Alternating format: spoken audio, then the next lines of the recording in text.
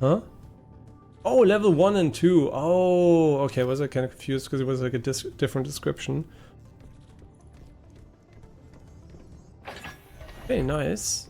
And also like that you just get right into it, right? That the first room is like, I like RoboQuest 2, right? You just like play and it starts. And auto fire is so nice. I remember when you had to press every single click, like every single time you shoot, it was so annoying. And I think later they're gonna start with different weapons too.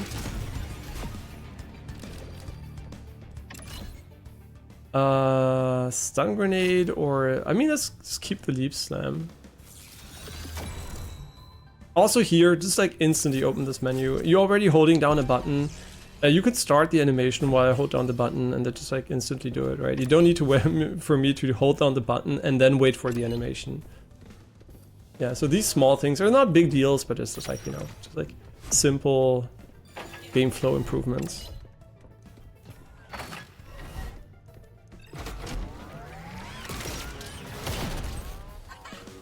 Oh, he does take damage when he lands. That is interesting.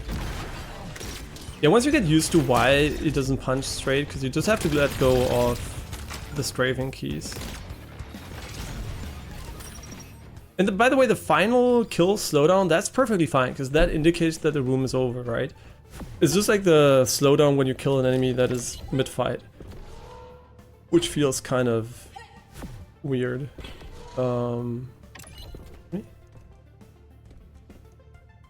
Okay. Oh yeah, we don't have this, unfortunately. So did we ever use the Crimson Repeater? That's okay, nothing. Yeah, whenever I speak German, it's usually because my girlfriend is in the background, so don't worry about it. I'll translate everything that's relevant. Major core enhancer. Okay. Okay, every major core enhancer we find contains multiple core enhancement that greatly augment your powers and drastically change some of your core abilities.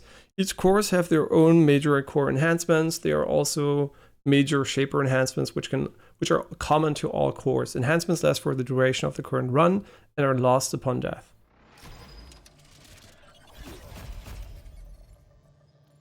Okay, when taking down an enemy, reflect all nearby projectiles. That is really good.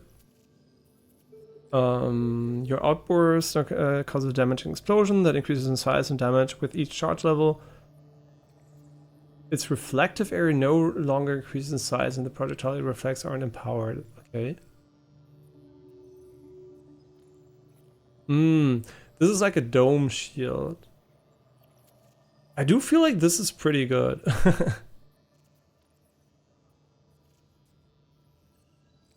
But maybe this is better. I don't know. It's kind of hard to tell. Both, and not both, all three seem pretty reasonable.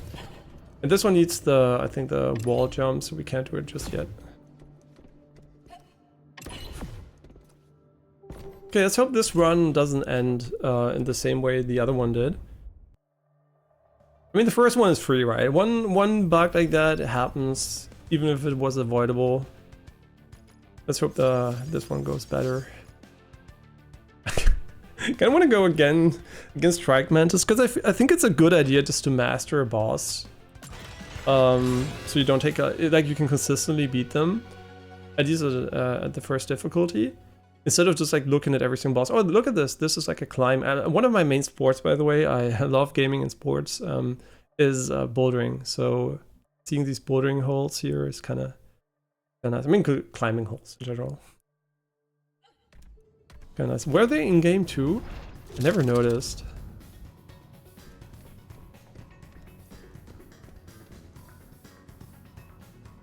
Interesting specimens.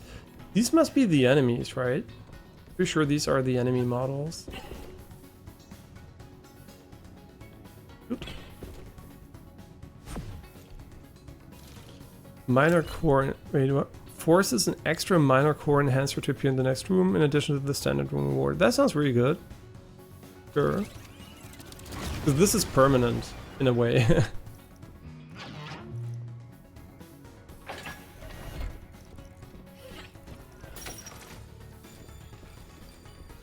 Okay, we can't get up here.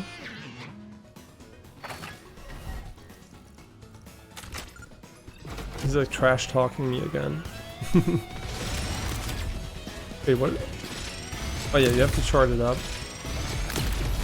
This seems pretty bad. I mean, I'm quick to judge here, but it just seems amazing. These shield guys are pretty tough. I don't know if you finish them if you shoot them, so I'd rather not hit them. We also have this here, which I guess we should have used differently.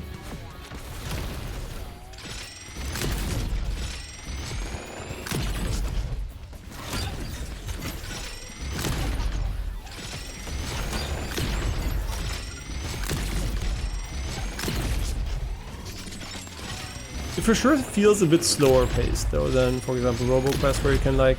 I mean, I don't think the game has movement tech, right? Some people really like the movement tech in RoboQuest, and I don't think so far the game has any crazy movement tech. Which is, by the way, not a bad thing, because I think RoboQuest does have the issue that the movement tech is not an integral part of the game. It exists within the game, but it's not tutorialized, and it's also not the most intuitive thing to use if you just want to kill stuff, right? So I think it's kind of good that the movement in this game is a bit more straightforward for like basic game design. But obviously you can do really fun stuff in RoboQuest, which you can't do in many games. But then again, I also played another game, I think it was Echo Point Nova, just recently, and that game had like brilliant movement. Like, it was so fun, and that just made me think, like, what if RoboQuest kind of embraced the movement more? What if they made it more accessible and like easy to do for everyone? I just wondered what would have happened to RoboQuest, because Echo Point Nova, if that would become a roguelite, it would be fucking dope. The only reason I'm not playing it is anymore is because you do it once and you're done game, right? It was made by one guy too, which is crazy. Yeah, Echo Point Nova really was eye-opening when it comes to what one person can do game design-wise. This sounds really good. This sounds also kind of okay. I do wonder what is considered near you. That is my main concern. Okay, now we can just transfer it here. At least they closed the menu right away. So yeah, they're trying to minimize the friction here, but they definitely could make the animation instant. Like, not the animation, like the pop-up instant. I think this should be possible.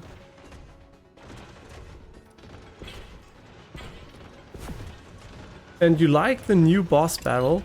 Oh, hey Riley, hope you're doing well. It's kind of really stupid that the YouTube app has the same color for every person. I'm so used to Twitch having different colors, so I'm like, in my head I'm like, oh, it's the same person, they have the same color, right?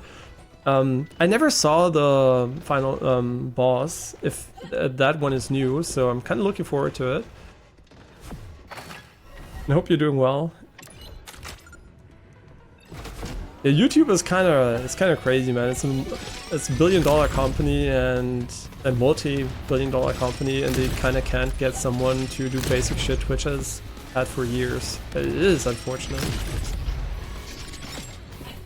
If the chatting experience was like on par, because the visual quality is so much better on YouTube, and also the algorithm is way better, it's kind of really a shame we don't have like the same quality for the chatting experience.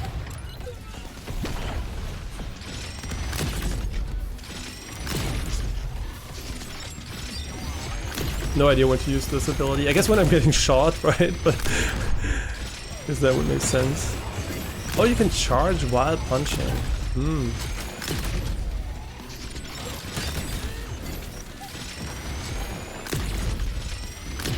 I mean, it is a good weapon because it does deal a lot of dot damage. Yeah, damage over time damage, yeah. No, it has a good dot, right? That's what makes it pretty nice. But I'll still go for this one because I kind of like it more. And now we just need something to shock an enemy. We still have this one. I guess we should have swapped this one out.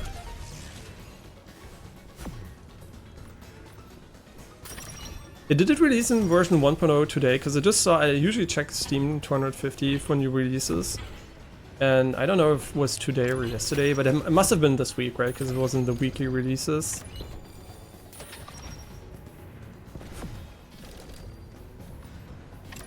It's kind of annoying that Steam doesn't have some kind of notification system to let you know. I mean, I guess it does have some kind of notification, but I want a specific notification for early access games leaving early access. I think that would be great. Just like, hey, today this game you have in your library has left early access, right? Because a lot of people will play games in early access and then wait for the release. And I think that would be great, because sometimes I just miss the release and then like a few months later I'm like, wait, what happened to this game? And then, oh yeah, it's been out of early access for like, I don't know, half a year, and I'm like, oh fuck me. Yeah, so usually it's Steam 250 that lets me know. And this is a game I actively play in early access, which is sometimes the case, sometimes, but most of the time not, right? Because I do play them once and then I wait for the release. Unless it's RoboQuest, and I just play it non-stop anyway, so.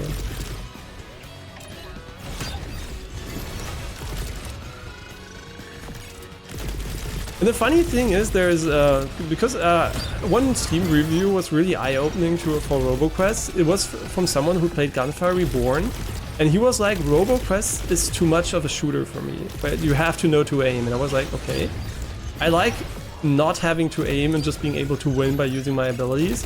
And I think that is a plus for some people, I guess, but that also opens my eyes to that, because usually I would say, yeah, just buy RoboQuest, right? Because it's really, really good. But sometimes having less mechanical skill requirements can be a huge plus for people. So depending on what type of player you are, maybe recommending RoboQuest over Gunfire, for example, is not a good idea. Because some people just like OP builds, and aiming is not the main interest, right? Yeah, so it's kind of interesting that this perspective is valid, right? It's not a valid criticism towards a game, it's more of a valid personal opinion about a game, right? Because a game requiring aiming skill is not a negative, in my opinion, right? A net negative. Oh, 50% more damage to burning foes. Should synergize well with Plasma Blast here. Yeah, so I'm always trying to be mindful of the player type, right? Usually before I recommend stuff to people, I ask them what they like. Because if I don't know what people are like, there is no one game fits everyone, right?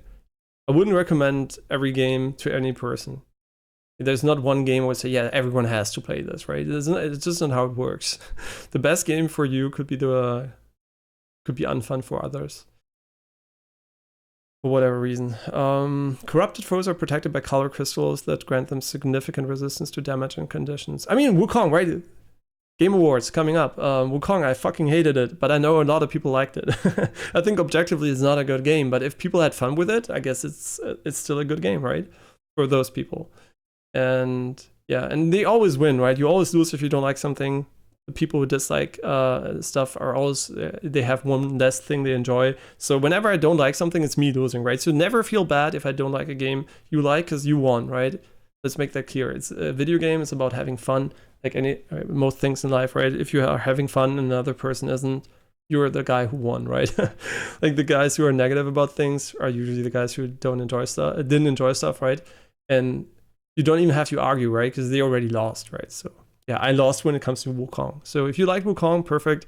But for me, that's a great example of a game that a lot of people enjoyed. I really disliked, for a lot of reasons. Corrupt foes are protected by colored crystals. Okay. Damage and conditions. Just the right damage. They did the Borderlands shield thing. Was that in the early access version? I mean, I call it the Borderlands shield because that's the most prominent example I can think of that started this. Pretty sure it wasn't the first game. And then you also spread the condition. Using kinetic damage is also a viable option that is less affected by the damage resistance. Okay, so you can use neutral or you can use specific types. So what this does is it makes it more relevant that you have different like ammo types in your weapons, like damage types for your weapons. And that also would like make it more interesting to swap between the builds. So I guess it is a good idea, because I think if RoboQuest has one issue, I mean not issue, right? You can even build around it. But is that you can just use one gun, right? You don't need multiple ones because there's no system. But I wonder if this restrictiveness is going to be annoying or not, depending on how hard it is. Because I'm not the biggest fan of swapping guns for every single enemy. So I hope it is pretty rare. This one has resistance, but it still dies fast. Okay.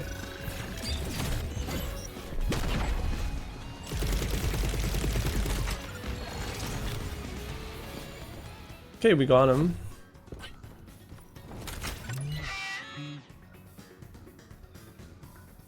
Stun grenade, Crimson Reaper. I mean, you know what? This is extract the modifier here. Yeah. Sounds good.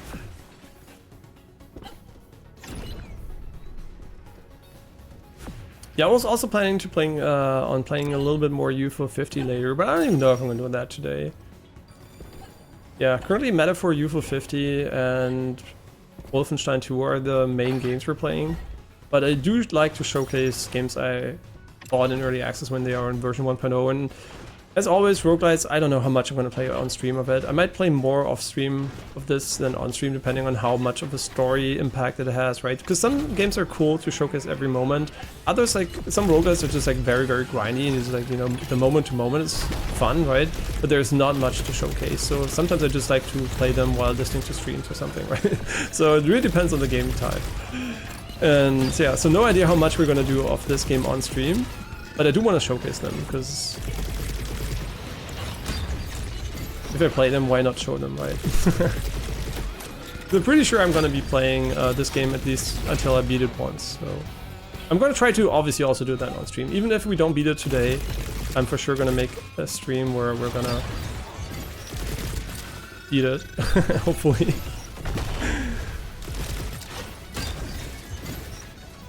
Yeah, and it's all the question always is, how strong is the roguelite aspect? Like, how much do you need to level?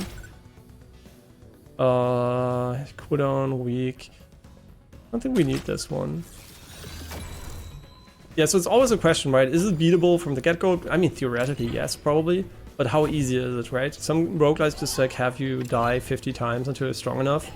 And me personally, I'm like, I don't care too much about that. Like, I care about if it's fun or not. Some games it works, others it doesn't. For example, Hades, you do have to grind a little bit more, but it still works, right? But others it's like really annoying and you just like have to spend like 10 hours until the game gets good. So it really depends on the game. So far the game seems not overly meta progression reliant from a damage perspective, which is good, right? Because this is an FPS. If everything was bullet spongy, that would feel quite bad. That was really bad. I always think it has range. I don't know why. I just think it's like a leap forward, but it's more of a leap where you're standing.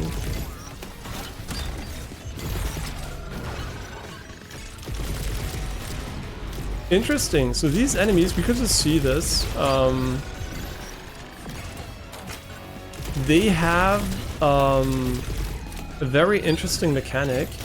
They track your position where you go. So there is it is really hard to tell if this is a good idea or not, because in RoboQuest, for example, the projectiles will be shot at where you go, right? I think first of all, hit scan is terrible for enemies, so them not having hit scan is great. But how much should they pre-fire, right? That is the question. In RoboQuest, they have 0 pre-fire. In this case, they do seem to pre-fire. You can see, right? When I go left, when I go right, he's gonna shoot right. When I go left, he's gonna shoot left. See? He's like predicting where I will be. So this means the game is like more in line like PvP games against humans, because humans are really bad at reacting to things. So what you do against humans is you side strafe, right? You side strafe, you crouch spam, you can't crouch in the game. But that's what you do, right? So I do wonder what I like better. Because strafing is very natural to me because of PvP games, but at the same time it does cause you to be a bit more limited in where you can go, because you can't just like walk somewhere because you're gonna get hit. So I do wonder what I like the most. I guess slow moving projectiles are kind of nice, so you can just do both. Okay, this ability now really seems pretty solid. Yeah, it's fun. It is fun, for sure, right? All the issues don't keep the game from being fun. Which is, I guess, is a really good news. And the performance is significantly better than the early access version, like the lows, right? The average FPS are pretty similar, but it doesn't drop like to unplayable levels of FPS. So that's very, very nice. Let's see. Because the last time I think I tested it, it definitely still had those issues. This is like some kind of IQ test? Or anyway, this is red. It seems pretty good, but maybe it's not that great. Oh, you can get both.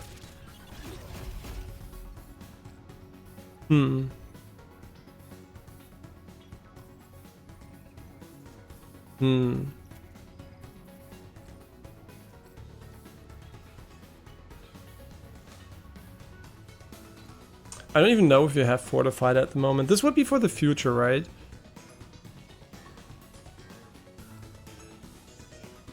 Yeah, I do wonder if this is just like good. This one seems objectively pretty nice, but the cooldown is not that high and I don't feel like dashing at the moment is that relevant. I mean, this is just a net plus if we get fortified at some point.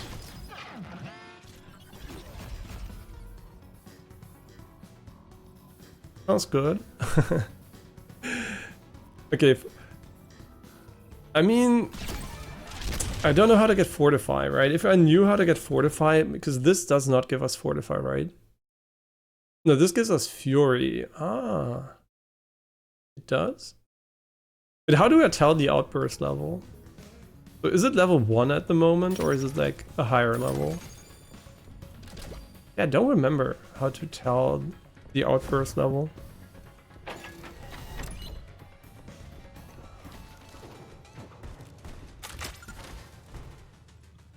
Echo waves, another minor core enhancer. I think that is good enough for me. Just give me some kind of fortify. This is like, I think this is still really good. Because you have a shield, right? So you can be 10% but still survive. This one, I mean, how fast do we shoot? I don't think we shoot that fast. I think this one, I mean, we're gonna get hit so much by the boss anyway, so on the next level. It's an interesting decision to give you 2 floors before having the boss, because it just means you're gonna have more build variety up to that point. Which I guess is nice, right? The loading times are on the longer side for a roguelite for sure. Like, not to a degree where I think it's bad, but this one should maybe also have an auto skip, so like just like auto skip cutscenes. Because now I don't mind, but I'm pretty sure after 50 runs I will be like, I don't need this animation anymore. Combat regen. Really? And this would give us Fortify, which has synergy, but I think just being full HP. I mean, yeah, we have more damage when we're low, but I just want to get to the boss with full HP. That sounds pretty good.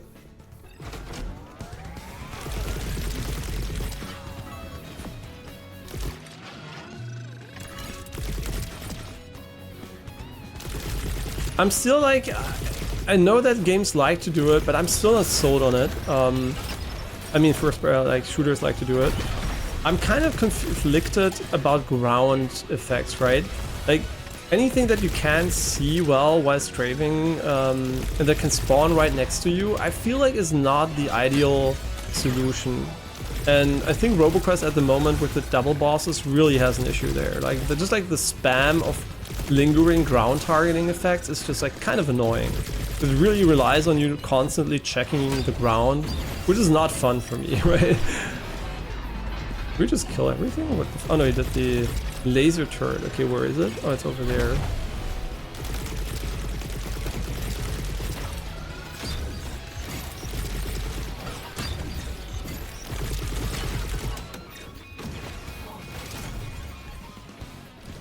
Yeah, it is for sure fun, because I do complain a lot about performance and all those things, but it is sure really fun so far.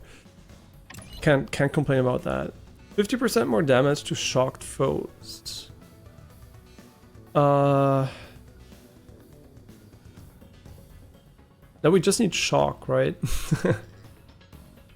Wait, doesn't this one... No, it has weak and pyro.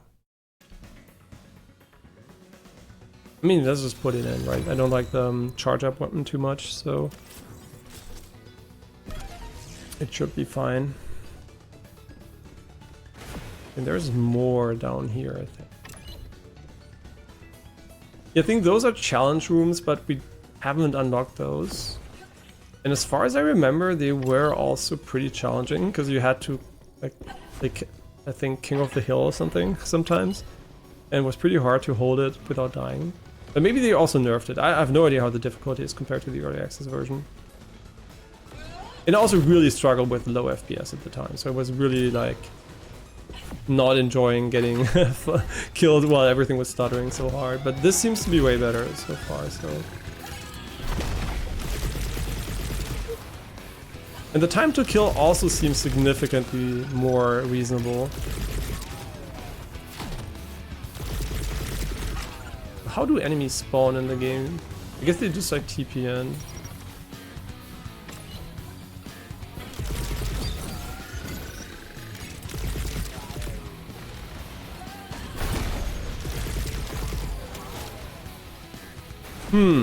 So the ground targeting effect of the ability can cancel the finishing move.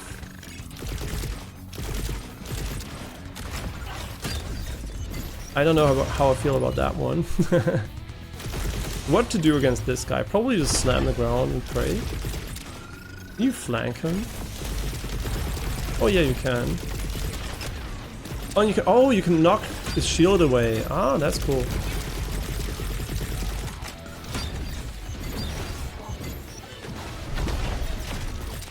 Okay, they just fly over it. We should also check what the levels look like on the Q ability, like the charge levels. Wait, didn't it say kills charge it? Because it seems to be just on a cooldown. Wait, it has a 10-second cooldown. Charges up by inflicting damage on foes. I guess you can charge it beyond now? Like, I don't know how that's supposed to work. Okay, and we're gonna replace this because we have burn, right? So I think just removing this one's better. I really like that you can override it.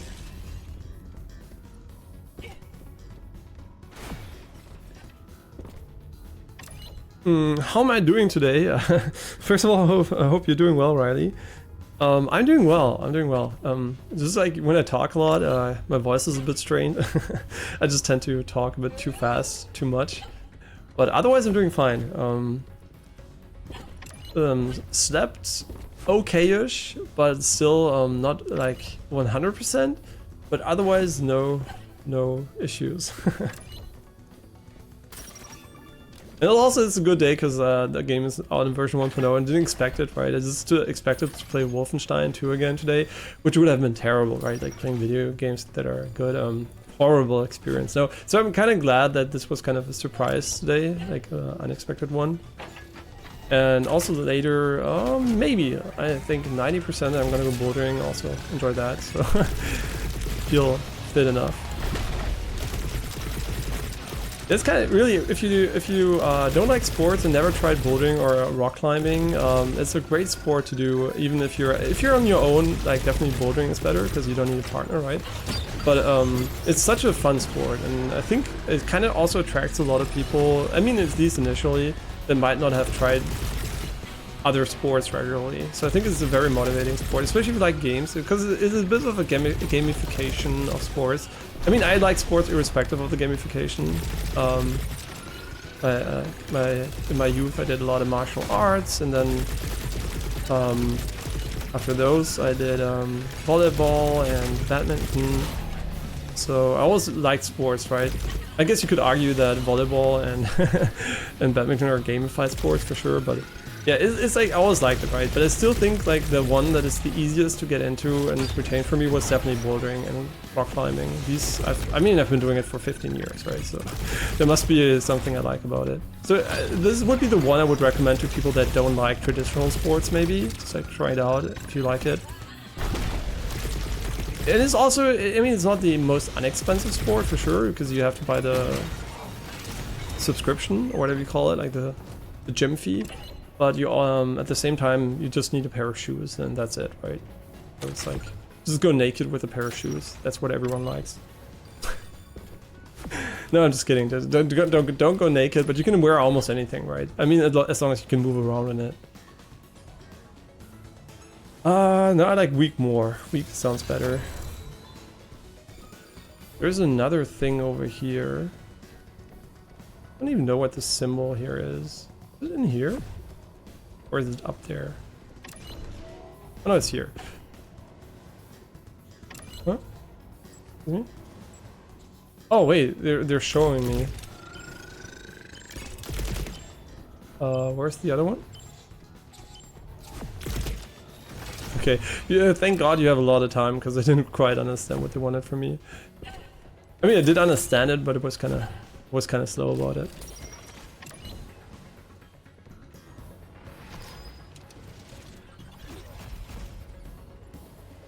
Hardware extractor. I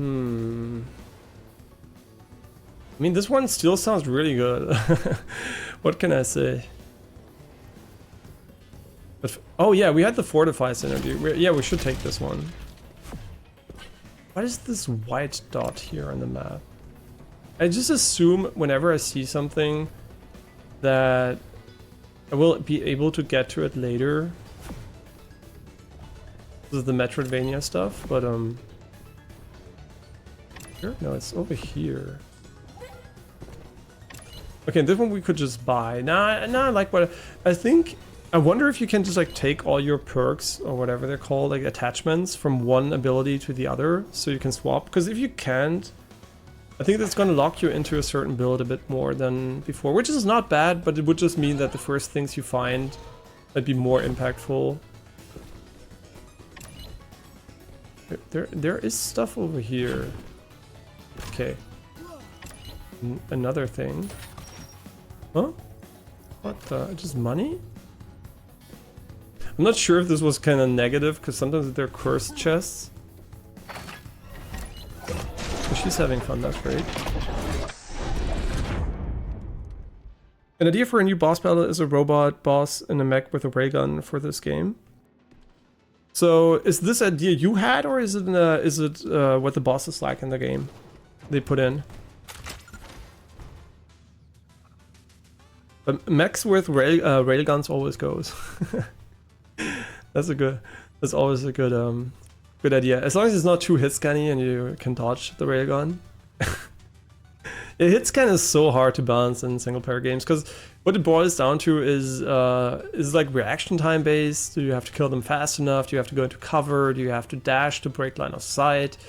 And yeah, it becomes really complicated to design hit scan. So I just like projectiles a bit more, even if it's unrealistic, right? Because the gun usually fires almost in a hit scan-esque speed in real life. Because if you're like 50 meters away, you're not going to have to lead your shots by much, right? So, which is the typical distance you play in most games.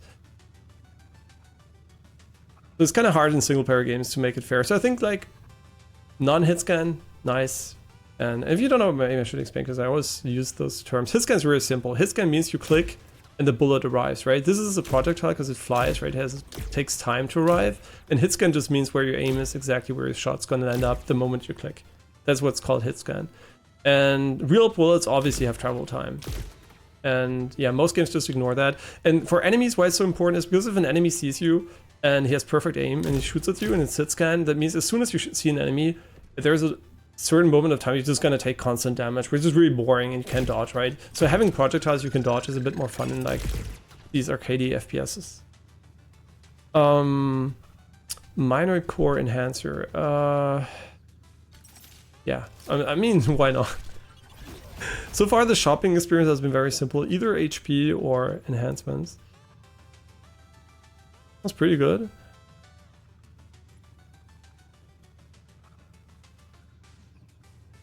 Does my Q activate the shield break effects?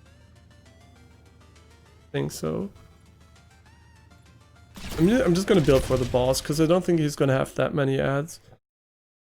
Yeah, it also triggers all of her shield break effects, so we're immune for 1 second when we use it. I think I don't use it enough, right? For sure. Yeah, sorry for always going for this guy, but if the game doesn't softlock us, we're gonna see the next boss for sure. Unless I die, but code circuits. I mean, yeah, we're also some kind of android, so.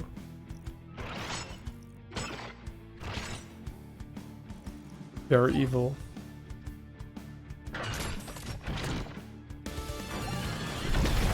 Okay, that was not great.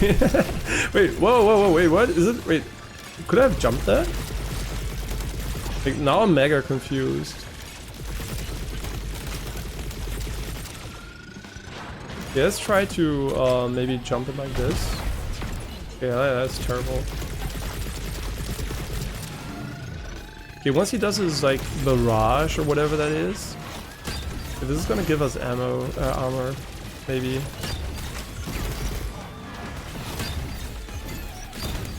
Okay, I'm not getting fucked. Which is okay. So let's just reflect something here, maybe. Do I want to shoot this guy? I want to reflect the laser. I don't even know why. Just kill him. Just kill him, man. I think we should just rush him. Yeah, cool. Has a dying animation. I think the first game I really appreciated dying animations in was Diablo 2. I don't know why, it just felt really satisfying.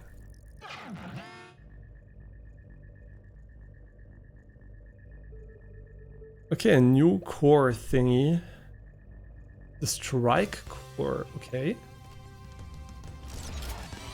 And now we can probably put it in as a secondary core.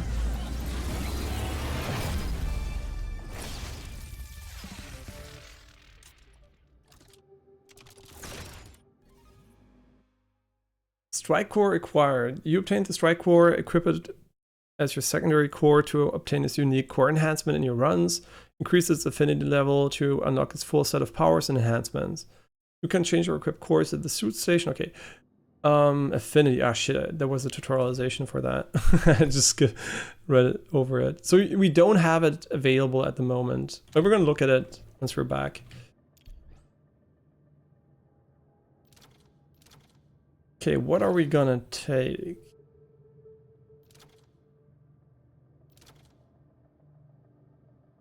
I mean, this sounds really good. It's like getting hit, taking no damage, 20% that we can get hit again. And it's the same for dealing that additional damage. I don't know what Fury does. Probably just increases your damage by a percentage for maybe a certain amount of time, but... Okay, who's next?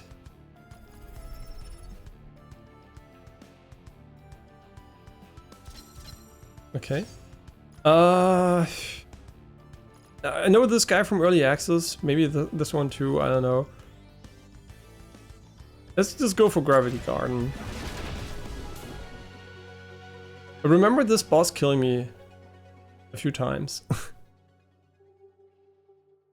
I think that was because it was pretty learning resistant when it comes to learning the patterns. Just like full face tanking. Make sure to attack corrupted foes. Yeah. The shields, right? Oh. Health pack. Now we're full HP.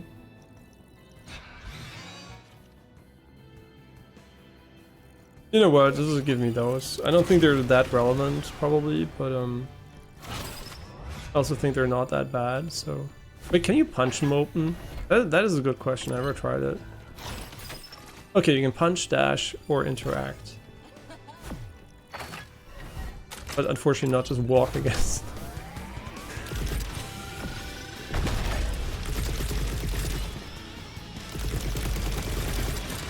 Okay, this reflect should be really good, right? Oh, no, it does no damage at all. This guy is pretty tanky.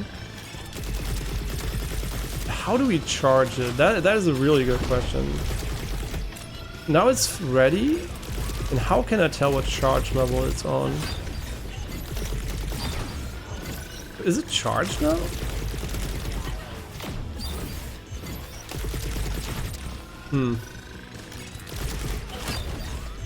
I do not know.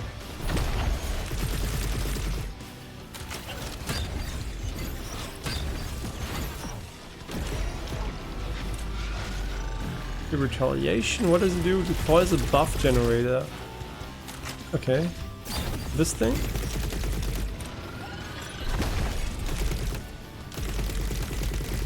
It's to be dot immune.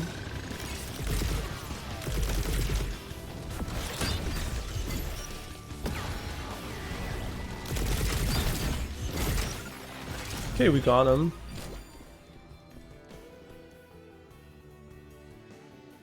So, I mean, it's the moment, right? Does it work the way I hope it would?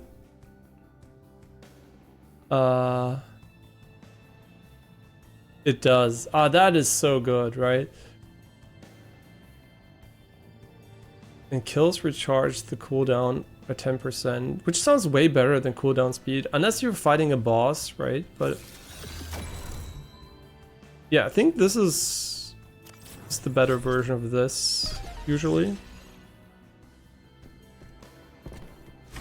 Unless I'm missing something. Assuming you can kill stuff, right? If you can't kill stuff, then not. But as soon as you kill one enemy, the other is already included. And I guess the graphic style does remind me a little bit of the Overwatch maps, where you're on the space station. It has the same vibe. That was brilliant.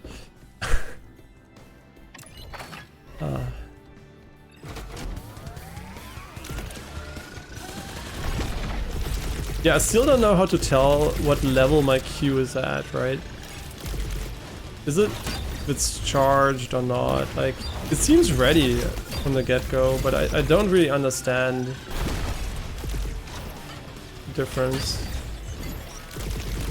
Like, what causes it? Because now it's ready, but this was level 1, I think.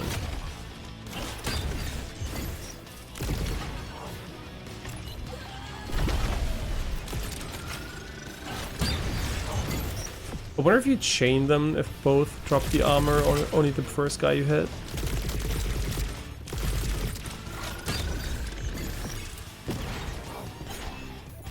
Okay, this is... Oh, it's toxic. I was like, isn't this a jump pad? Nope. No jumping. They're hiding in the smoke. Oh, he has like a smoke generator. Interesting.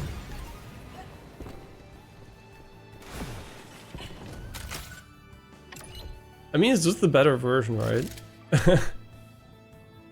Recycle.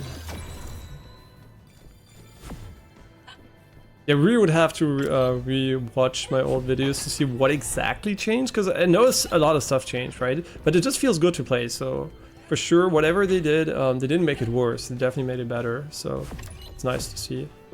I kind of feel like this might be a double jump or something is required situation, or is just you need a wall jump or something. Wait, can we go here instead?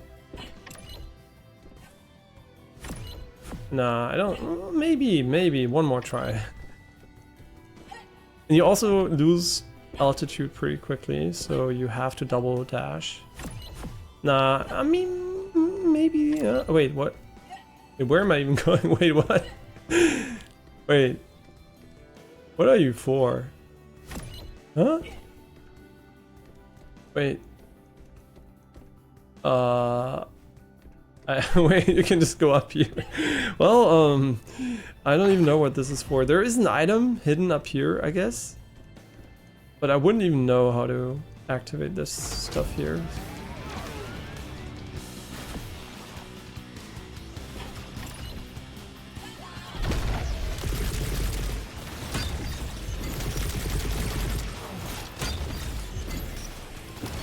I mean, the balancing seems way chill compared to the...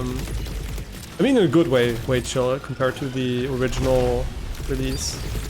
Like, it feels like enemies just don't tank as much anymore, and it feels like you can kill stuff without having the feeling that you're shooting at them for fucking 10 years.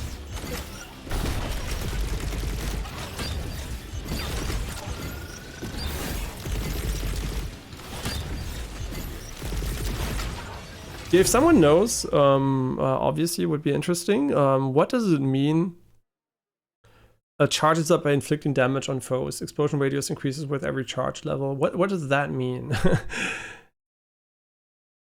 Because I don't even know how you would see it, right? Like now it's level 3, I guess. But is that what they mean? Is like, does it increase in level? Does it like, how does it charge, right? What does that imply? Oh wait, it's the thing in the middle, the big bar, the blue bar. Yeah, the tutorial has everything, but not the bar, right? Wait, is it the blue bar? Wait, is it blue bar or is it the blinking bar? Wait, is it the blinking bar? Oh, it's both. The upper one is the cooldown, the lower one is the charge level. Okay, yeah, I just remembered that you could tell, but I didn't remember exactly. Max stack of energy type. Kind of like the plasma blast.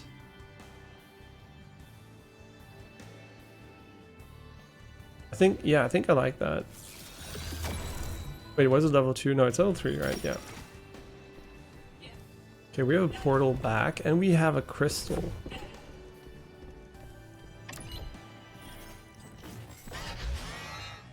Huh? Eat all the enemies before the timer runs out. Okay. Maybe we can do that. I say maybe because I really don't know. Because these were so hard in the early access version sometimes. Like, it took fucking 10 years to kill anything, so... Every time I had this challenge, I was like, oh, nope, no more time.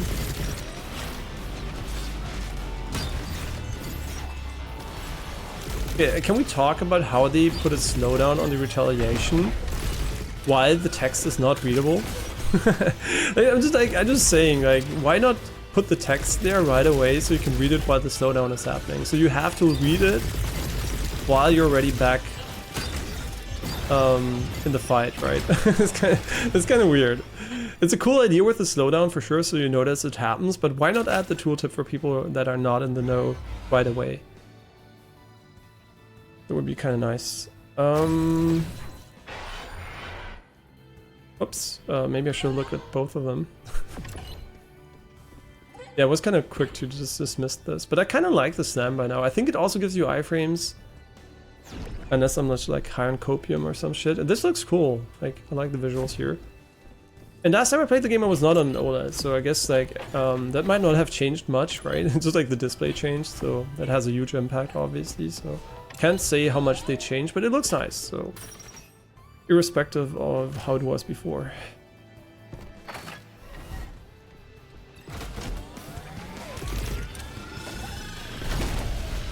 Slam for this. I like that you also can tell when enemies are about to shoot. They don't just shoot, but they have this short wind-up period, which means deflecting their shots is way easier because it's like predictable and not reactive. I mean, I guess we just have more time to react. Oh, you can knock them into this? Oh, I never tried that. That would be a cool idea. What the fuck is going on? I can say one thing for sure, I think this is more of a game for you if you don't like, I mean if you don't care about your raw mechanical FPS skills and you just want to kill shit. I think this is a middle ground between RoboQuest and Gunfire Reborn. Because you are very strong even if you just like wing it, right? You don't have to be very precise. It doesn't feel like you have to be very precise at the moment, which is, you know, it's not a bad thing. It's just a different type of game. I do appreciate RoboQuest skill-based stuff, and I mean Witchfires, I guess, too, and Deadlings too. But this more casual approach to FPS is also, I think, pretty fun because it is different, right? It's more, it is more approachable, and maybe also puts more focus on dodging enemies and positioning than your raw aim.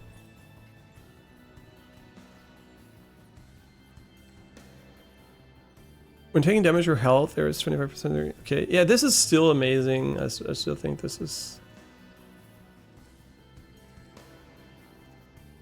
This sounds also pretty good. What is Fury? I mean, this sounds so good too. You know what? I just think this might be really cool, maybe.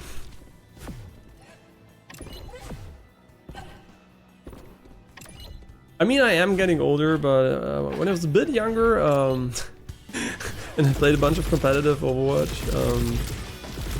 I did quite okay aims. For me, aiming is not is usually in single player games is never an issue, right? Like it doesn't really matter most of the time. So for me, it's like it's never an issue, right? So if I play Deadlink, RoboQuest, or anything, it doesn't matter, right? So the aiming requirement for me is irrelevant, basically. So that's why I still, since reading that one review, I kind of found this appreciation for the different design elements for depending on what you personally like, right? Because some people just don't like aiming, right? Maybe they have a bad setup, maybe the FPS are not high enough. So just having games that have huge hitboxes and just like very casual movement patterns, just like is a nice, you know, change of pace for some people.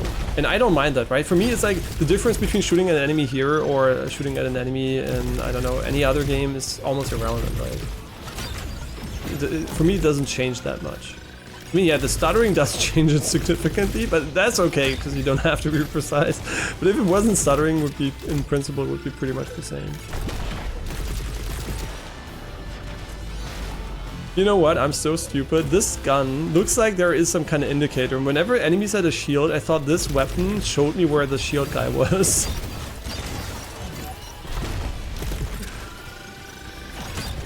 And the game obviously might have very high difficulty scaling at the end because it's a roguelike, right? There could be some kind of mega difficult modes. I'm not saying the game is easy, but so far it seems they really toned down the unreasonable difficulty spikes from the early access versions. And the difficulty spikes were for like HP reasons, right? Everything just had so much HP and it was so hard to kill anything. And if you can't kill, you don't get armor, and it was like a loop of pain and suffering. And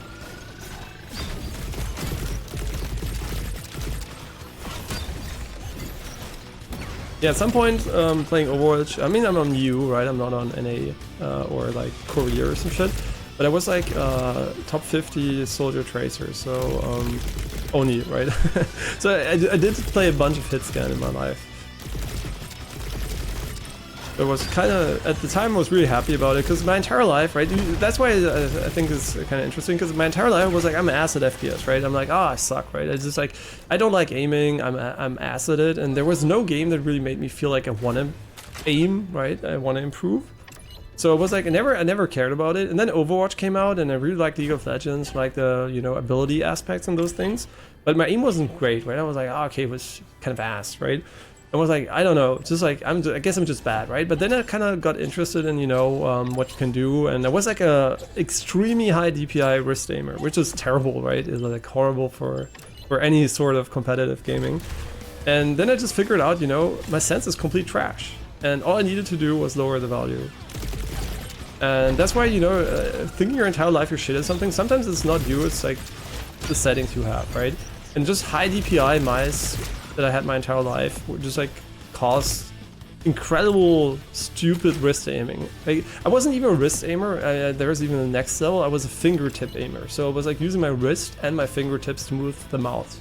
So I basically didn't move my arm at all, and also almost only a little bit my wrist, right? Only my fingertips were moving, and my grip was also completely different, and just changing that helped so much with aiming. And then going from like a complete trash bot aimer to I guess you could say one of the, at the time, best players in Overwatch was pretty nice. So that, yeah, I mean not top 10, right, but top 50. So that was pretty nice. Just this transition from being garbage to being okay. Yeah, that was pretty okay. Yeah, so that's what I mean. That's why I always, when you start with the FPS and you have problems with aiming, the first thing I would always look at is if you're in a reasonable range when it comes to your sensitivity. That is both in the low and the high end, right? You can be too low or too fast. Usually it's too fast these days. There are mice with 12,000 DPI and people don't really use them as intended, which is not putting your DPI to 12,000. And then games have terrible basic settings. Usually, I would say 99% of the games I play start with a significantly unreasonably high sensitivity. Like, we're not even talking close to reasonable. Like, the 360 degree distance you have to move your mouse, like in centimeters or like inches or whatever you want to use, is so unreasonably high that, yeah, it's crazy. So most people would naturally never use their arm at all when aiming, which is also, why is it so important, by the way? Because it's good for your health, because you're using more of your physical body and you're not overusing a small part like your wrist every single movement, right? So it's like way, way better from an aiming and a health perspective. So that's why I really encourage, if you like FPS and you have any sort of issue, the first thing I would look at is your sensitivity for sure. Because it does make a really big difference. And then obviously it's personal preference, what you like within a certain range, right? There's a point where it's impossible physically for any human being to control something reasonably. That was where I was at. And obviously it could be fast, but it could also be slow. But then there's a large range of personal preference where you can, you know, just pick something that feels fun. And by the way, the feels fun part is really important, because if you're a wrist aimer and a fingertip aimer and don't use your arm, maybe you don't have enough space, whatever. You first have to obviously create that. It might feel very, very ass to move your arm. I remember when I started, because I started really late, right? I spent a bunch of my time just like playing shooters very, very casually. And it was just like really, really, really ass to move my arm at the start. And it felt really slow and annoying, and you just get used to it, right? And it gets faster and your muscles memory just builds up. So don't worry about that. And then once you got used to that movement and use whatever you grip or whatever you chose, maybe you're gonna keep the same one, doesn't really matter too much. Then that's the moment where you should think about, you know, what sensitivity you really want to fine tune, right? Just okay, get an average sensitivity. And what is my advice if you want to have a reference? Go to mousesensitivity.com, pick the game you like to play, input your DPI, which you can look up in your driver, or just Google if your mouse doesn't have a selection, and then you can just like see input the game value for sensitivity, and then you can see like the in centimeters and inches per 360 rotation. You will see what you are at. And usually you're going to be very surprised by how high it is relative to what I'm going to suggest, because usually you're going to end up with 1 to 5 centimeters, and I'm going to suggest you start at 28.86. And that is just a number, right? Why is it so specific? Because it's the number I like, but I think it's a very average number, and in a lot of different games there will be players with that, but depending on what you play, right? So Counter-Strike players, because they don't have to move around a lot, right? They don't have to do a lot of movements, so they have very low sensitivity. And then in Apex Legends, they're going to have higher ones. Overwatch, depending on your role, is also going to be different. But 28.86 is like, I think, a nice entry point where you have wrist and arm combined, and then you can go either way, right? But I would still say anything below 50 centimeters is pretty unreasonable. And you might be wondering, why do so many CS pros use this low of a sensitivity? I mean, it just first of all, it decreases the margin of error, because if you move your mouse, right, and you have a lot of stuff you can do with the same movement, right? You have a lot of movement to do the same circle. Like, just imagine this being really fast. You would have to be perfect to do a circle, right? But if you have a very low sensitivity, you can just move your mouse like complete ape, and you can perfectly track this. The problem is you can't turn around anymore. But in CS, because it's really easy to feel accurate when you have a low sensitivity, people just like crank it all down. And I think that combined with very bad mice that had 400 DPI, right? But very bad behavior at higher speeds, that led to a lot of old school people, which CS is, it's one of the first esports, right? Led to a lot of people using 400 DPI with very low sensitivities for no real gain, just because it was easier to get into, or the hardware was shit at the time. So I think, yeah, and one of the biggest relics you can still see is like the 400 DPI stuff. There is a real merit for 400 DPI, and 400, if you don't know what DPI is dots per inch, and that is how many sensor inputs your mouse sends when you're moving it. And when you move your mouse, what basically happens is there is a first onset, right? You have to move your mouse a certain distance until it moves. And when you're at 400 DPI, and it also depends on your resolution and whatnot, in some games it's really very different, but just like irrespective of that, if you have a very low DPI number, you can move your mouse without it reacting to it. So that is why a lot of pros in CS like it, because you can't do accidental shakes, right? Because you're moving your mouse in a way you didn't intend to. But what it also does, it adds additional lag for every single movement. So having too low DPI usually can lead to a very unresponsive feeling. And some games even have like this pixel skipping issue where there's not enough input to really represent your movement in screen space accurately. But the main issue I see with lower DPI is definitely the added input lag, right? The loss of control. And the same goes for higher DPI, right? Anything beyond, let's say, 3000 DPI maybe starts to get to the point where you can notice every single small movement, and you can almost feel your heartbeat moving your mouse, right? So unless it's like super sticky to your mouse pad or whatever. So yeah, that's why I would also stick to a reasonable DPI range, which I think is between 800 and maybe let's say 2400, right? That is for me. Because why 2400? Because for 4K screens, you're gonna not want to change your DPI every single time you go into a game because your mouse cursor is gonna be slow as ass.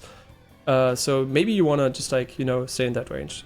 I think it's a reasonable range for mouse movement. And also, like, for example, just imagine I have low DPI and want to do something in here. I would have to drag my arm like crazy on a 4K screen. So really, that depends on that. But yeah, that's why settings, I think, are important if you want to maximize health and enjoyment. But at the end of the day, it's a game. And if you're having fun and you don't have any issues, you can play it however you want, right? Yeah, but that's basically my story of getting into shooters a bit more and just like going from complete trash to okay within I guess a few months. So 50% Fury.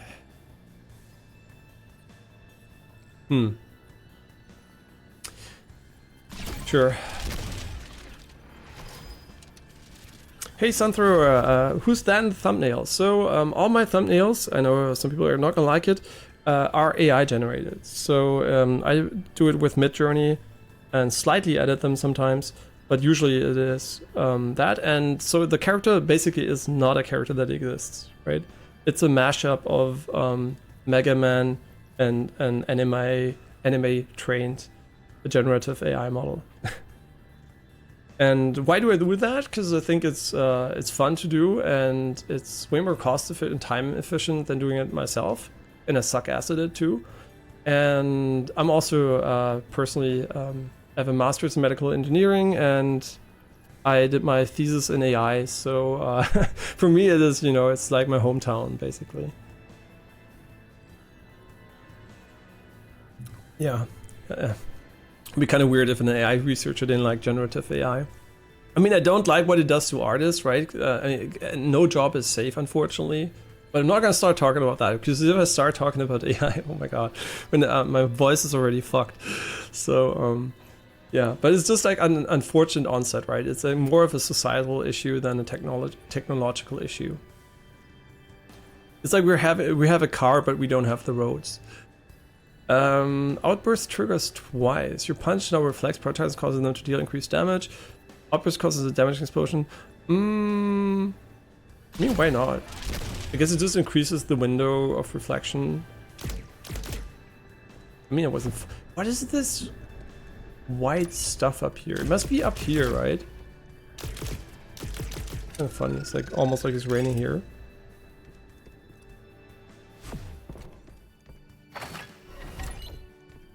Oh yeah, and by the way, about the AI generated stuff, obviously it is very important that you educate yourself about those things if you're online a lot, because you're gonna end up meeting a lot of fake information using real looking AI stuff, right? If I wanted to, I could put a realistic image too there that looks like a real human, right? And you're gonna see a lot of fake news and misinformation using AI generated content, be it words or images.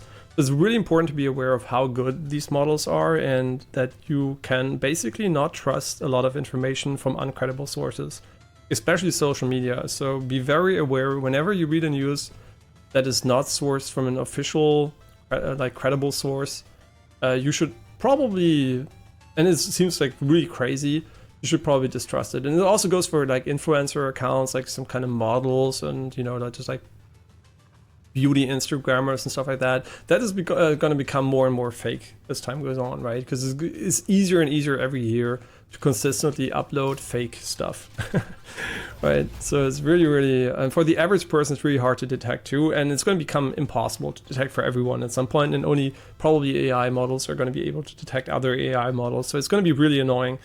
But yeah, you should definitely educate yourself on these things so you know you don't get bamboozled by like evil people. No, but it really is. It is a real problem, and it's going to become more and more of an issue. Furious damage bonus is doubled on reflected enemy projectiles. Upon taking lethal damage, being briefly invulnerable. And this sounds good because I'm bad. But I just want to believe I'm not that bad, but just goes into the boss fight and does. No, it's the next level, right?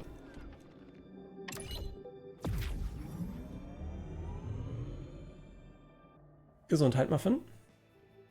Yeah, I was talking about my girlfriend in the background in German, so don't worry about it.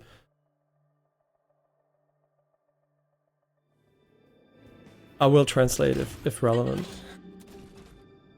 I just said bless you to her. Gesundheit. But we're not a German teaching channel, so. Same goes for French. French and German we do speak, but not on stream mostly. By the way, I do reply to, if you want to write in German or French, I will translate, so it's perfectly fine. So that's always welcome. Very, very limited Japanese, and Romanji is also okay. But if you use hiragana and katakana, I'm not gonna send anything. So only those 4 things are allowed: English, French, German, and very simple basic Japanese. That is all that's allowed, because everything else I can moderate, right? Or translate. For the current floor, all surfaces reflect projectiles. Gonna go for the power-ups and hope I run into them.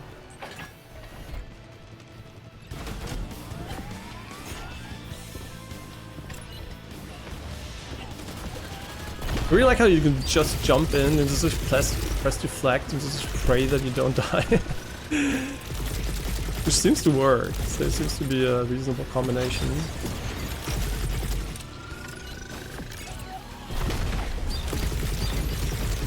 He does trigger twice, so they didn't lie about that one.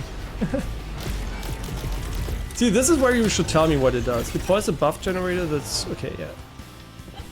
I mean, maybe he only has one type of retaliation, I don't know. Oh, that does close to 0 damage. Yo, that's really good. Why did I want to punch him?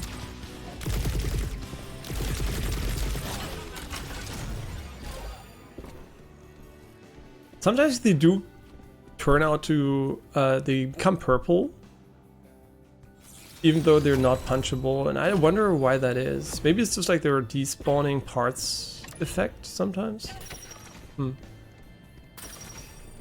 usually it's pretty easy to see when they blink. Yeah, cool use of the Doom Eternal mechanic here. Oh, I took damage. I was like, why did it trigger? I wonder why. That was probably not worth it. I wonder if the 10% cooldown reduction would already trigger on the first kill here. The only thing I don't like about the fire is it does kind of stop the finisher from happening sometimes. And we want that for the armor for sure. Yeah, I really have to say, the fact that the enemies are now killable in a consistent fashion really elevates the fun. From being a bit annoying to play in early access to being rather fun to play now. Yeah, Mike.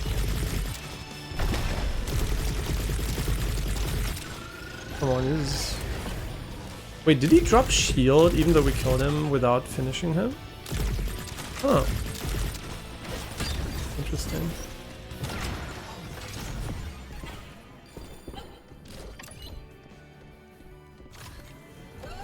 Whoops. The trunk room. Okay. I guess they mean the tree trunk room. Leap slam instead of... I don't think I can justify changing it. It's just, it seems to work, right? If it works, why would we change it? Isn't this armor? Oh, it's not armor! It's the meta progression currency that is purple. Wait, what color is armor? Is it blue? It must be blue, right? Yeah. This is not accessible yet because we don't have the wall jump or double jump. I don't even know. I think there was a wall jump. Maybe there was also a double jump. I do not know. I really like the grass. Looks very grassy.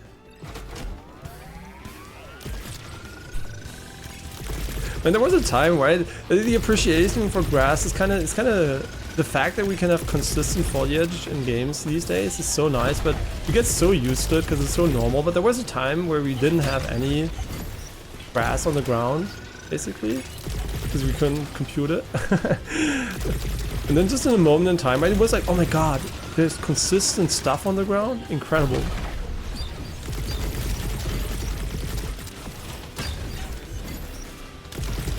Yeah, if this game didn't have the performance and little jankiness, I mean, this would easily feel 9 out of 10. I mean, it feels really good right now. I mean, it's really, really fun, but I can't ignore the performance stuff, right? It's always there. It's like this small little nudge, but it's still super fun. Like, easily at 8 out of 10 so far.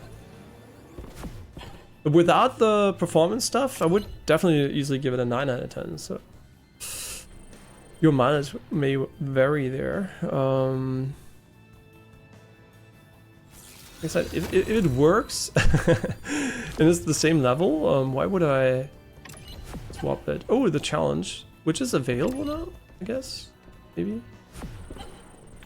I don't know when we unlock those, but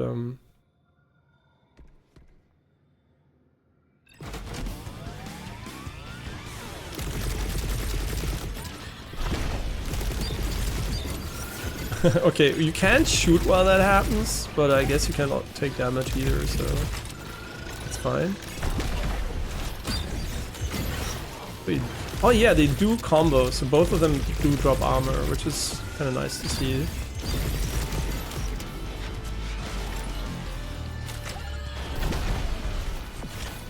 No!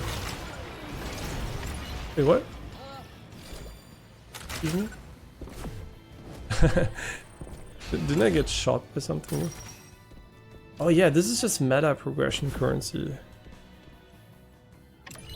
Aftershock 3 in Superior Golden.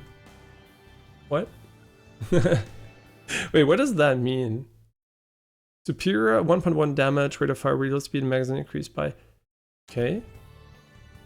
And you are Golden Uncommon. Huh?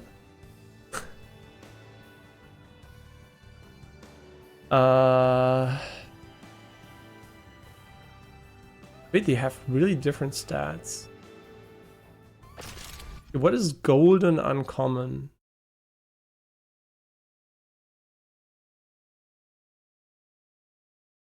Kills grant 1 credit.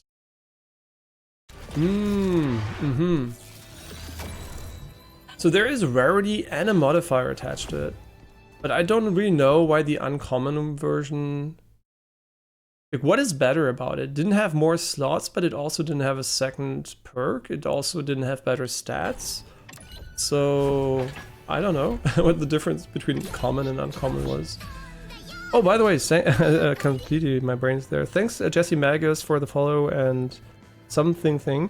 Sorry, my brain was completely gone. When the first one came through. And I blame the bots for that, right? There's so many follow bots and like especially there's like just spam bots these days that every time I get a follow, my brain's like, oh, it's another spam bot, right? Because it's like 90% of the follows are spam bots. And fortunately, this seems to be almost gone now. I didn't even notice, but the past streams there have not been spam bots. So maybe Twitch finally fixed it. And also the amount of artists has reduced significantly. And that's great to hear not about. I hope you're doing well or something. Yeah, that's great to hear. I mean, really, it can be disheartening just to have like follow after follow after follow just being like, just like being bots and like, yeah. It's like, Twitch is, because there is no algorithm, right? So usually your visibility is shit as a small streamer anyway, and then you get like people just like either selling you stuff or like just like, yeah, this is disheartening. So yeah, you get used to just like mentally almost ignoring the pop-up. Before you were really happy and hyped, and then this just started. I guess it was the transition from streaming in German to English that really started it, because there's way more spam on the English channel, because it's like easier to do, right? There's a bigger target audience of streamers which you want to scam. After combat, you regenerate 25% of your shields, fortified. I mean, why not? I guess we have some kind of fortified build now. We're gonna die against the boss probably anyway, so I'm not gonna get my hopes up here. The Wind Magistrate. Oh yeah, I'm here to challenge you. I need answers. But what the heck did you do to the city? And what happened to Genoese? Okay, there seems to be some kind of story too. I mean, obviously, right? But and I remember this boss being very, very annoying. And I don't know why, but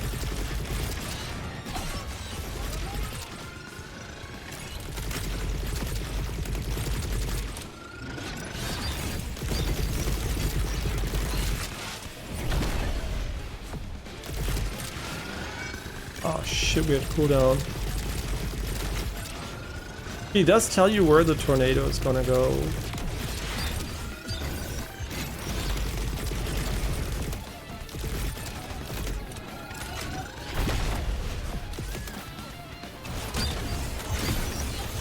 What the fuck? No idea what the fuck is going on, but it's okay. Just kill him maybe for additional armor. Wait, he does spawn so many ads. What the fuck?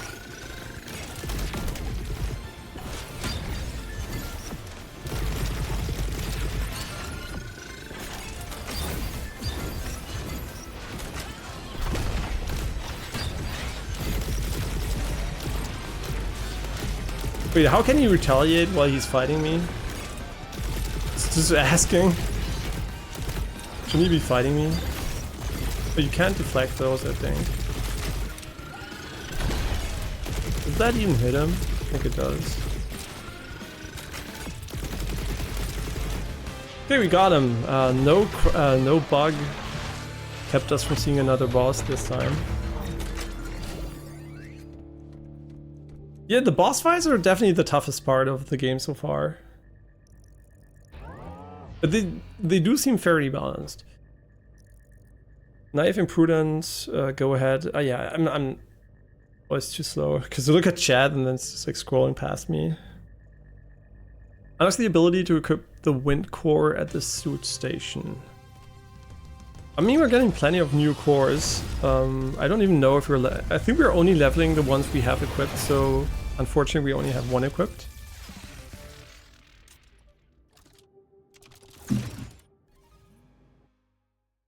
Wind core acquired. You obtained the wind core, equip it as your secondary core to obtain its unique core enhancement in your runs. Increase its affinity level to unlock its full set of powers and enhancement. You can change your equipped cores at the... Okay. I should have read the right side again. I was skipping that one. I hope there is another reminder. I think you level them by defeating bosses, but I didn't read it in time. Meltdown. Ooh, that is really good. Like an item is like what, 400, and then you get like 100 back. And the shared damage effect of Vibro. And killed. I mean, this one sounds really good, but this one also sounds kind of nice because we do have Meltdown, I think, on our fire ability. Which reminds me that I don't know if there is a tooltip for that. I think when you're max burn stacks, you're gonna get Meltdown, but I don't even know if there's a tooltip for burn, so let's see. Probably there is. Okay, now we only have one left. I'm pretty sure he's gonna be the toughest one yet. The Vault Colossus.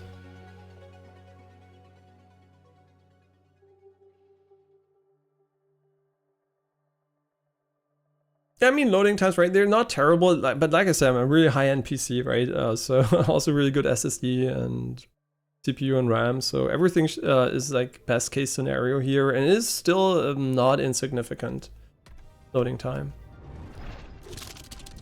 I mean, we're just like, you know, compared to before when you were playing, I don't know, Equinox and old PC like 20 years ago, we were like waiting for, I guess, 2 minutes. But, you know, these days, everything beyond 10 seconds is, for me, is long loadings. And not 10 seconds, like even 5 seconds is already longer than I'm used to.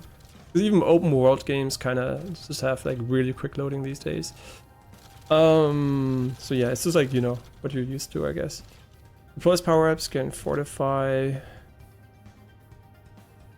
I think that I want a permanent upgrade. I mean, it's the last level. Maybe that was a mistake because everything we get is quote-unquote permanent. They even would have spawned in the boss room. Yeah, we should have taken the fortify. Yeah, that was a mistake. Like 90% sure it was a mistake. Okay, pyro damage. Victims take damage over time. Effect stacks. At max stacks, victim is affected by meltdown, receiving additional damage from all attacks. Okay, cool. The gear power. 3 seems to be the max power at the moment, but maybe there is 4 and 5. I would assume 5 could be a nice number for max, but what do I know? Not being able to shoot during that is... I don't know how I feel about that one. These enemies look kind of mean.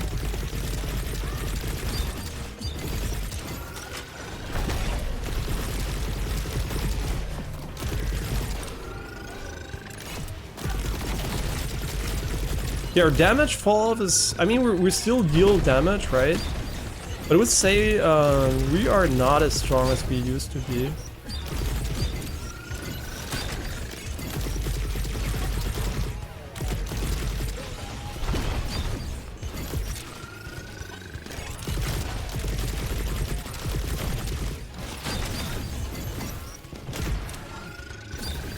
Oh, they have tracking shots here. That is interesting.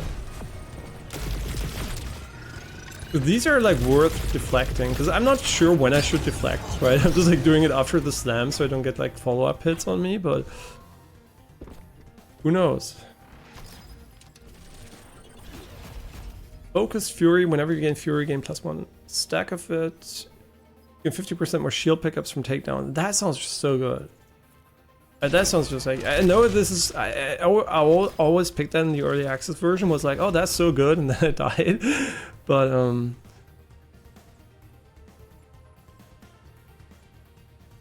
ooh, okay, I didn't know that's how it works. Did they deplete, wait, how do they deplete at the moment?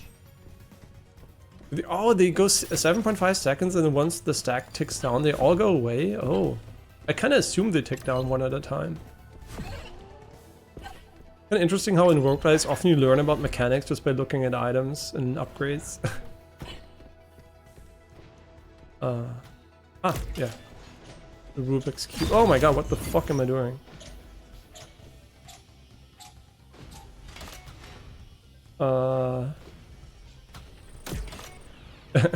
Wait. Okay. It's pretty simple. I thought it was a bit more complicated. What is inside? How would I guess there must be some kind of meta progression that will open those doors, or I'm just like completely blind, and I guess we also don't have the jumps yet. Maybe there is tech that will get us there. I don't know. It definitely looks like a DPS check. I mean, I think in general, that is the big struggle, right? In roguelite FPS and any RPG FPS, I guess, like FPS with RPG elements, is how much damage do you want to have in the game versus, you know, how much progression do you want to have in the game? Because if you always insta-give every enemy, there's almost no meaning to progression, right? So I think builds, if they're good, right? I don't know if my build is any good, right? It's my second run of the release version. But I do assume that at some point you will know what an expected damage value is, right? And I think this here, the way it works, I think it's pretty good, right? I think it is not the HP pool is perfectly fine, I think. Like, it feels like you're doing enough damage, but it's not like they're just melting away, right? It's not like it's irrelevant. So no idea if the build is good or bad, but the damage I deal to the enemies does feel pretty fair. Unlike the early access version, where I think there was a significant issue with enemy HP. They had way too much HP, leading to very, very, very slow-paced and boring moments where you just were shooting away at the same enemy for hours and hours on end. Like this, for example, is a captain. I think this is an elite enemy, and that's fine that this one's more tanky, right? That's perfectly reasonable. Not every enemy has to be an insta-gear, but the average enemy HP pool here seems very, very okay.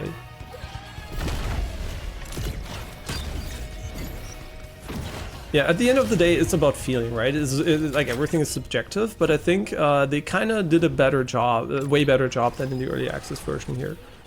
And it also feels like comparable to other games like Witchfire or like, I don't know, RoboQuest, where you just like can melt things, but not too fast, right? The time to kill is basically good for this build. I don't know about other builds, right? This build seems reasonable. Precision hits deal. I mean, this just sounds so broken. Like just 50% weak spot damage, basically. That sounds pretty nice. It's level 4. Nah, we have the. We can't, right? We can't. We have the meltdown synergy, and it's 300. The prices of the shops are so high. How much money do we have? We have like what, 600? It would have been half of our money just for a simple upgrade. What is this, man? There must be a mechanic we're like not able to do, because there's so often there's this thing here. I can see it on the map, right? Maybe you don't know what I mean. I'll show you. This thing here, right? I don't know what is. It looks like there is a hidden chest maybe in there. I mean, maybe I just have to shoot. I don't know. This symbol here. I don't know. Whatever it is, I don't think we can interact with that. And if we can, I'm not aware of the mechanic. I'm pretty sure it's gonna loop and come back again. That's cool.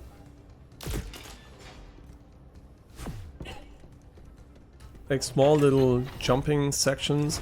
I know people didn't like them in RoboQuest, but I think RoboQuest also made a big mistake by making them skippable with the jetpack. Not a mistake, right? This is like make them irrelevant. As soon as you had the jetpack, it was like, by the way, bro, you have this puzzle in the game, but it's completely useless, right?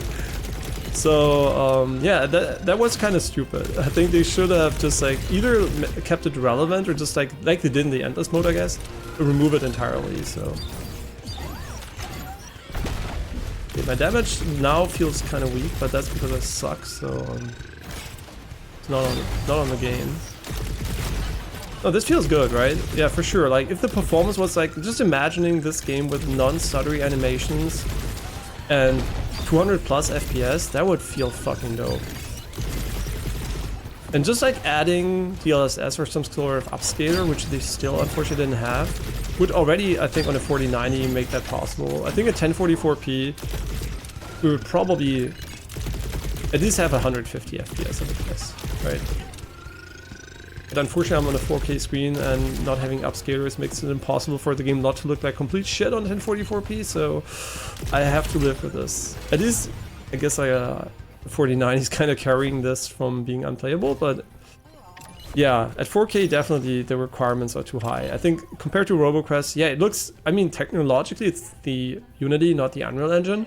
I think RoboQuest is more simplistic and also should run really well, but I think the game still should run quite significantly better than it does, right? I think like a 50% in performance increase from a visual ratio perspective, because it doesn't use ray tracing, doesn't use any advanced visual text as far as I'm aware of.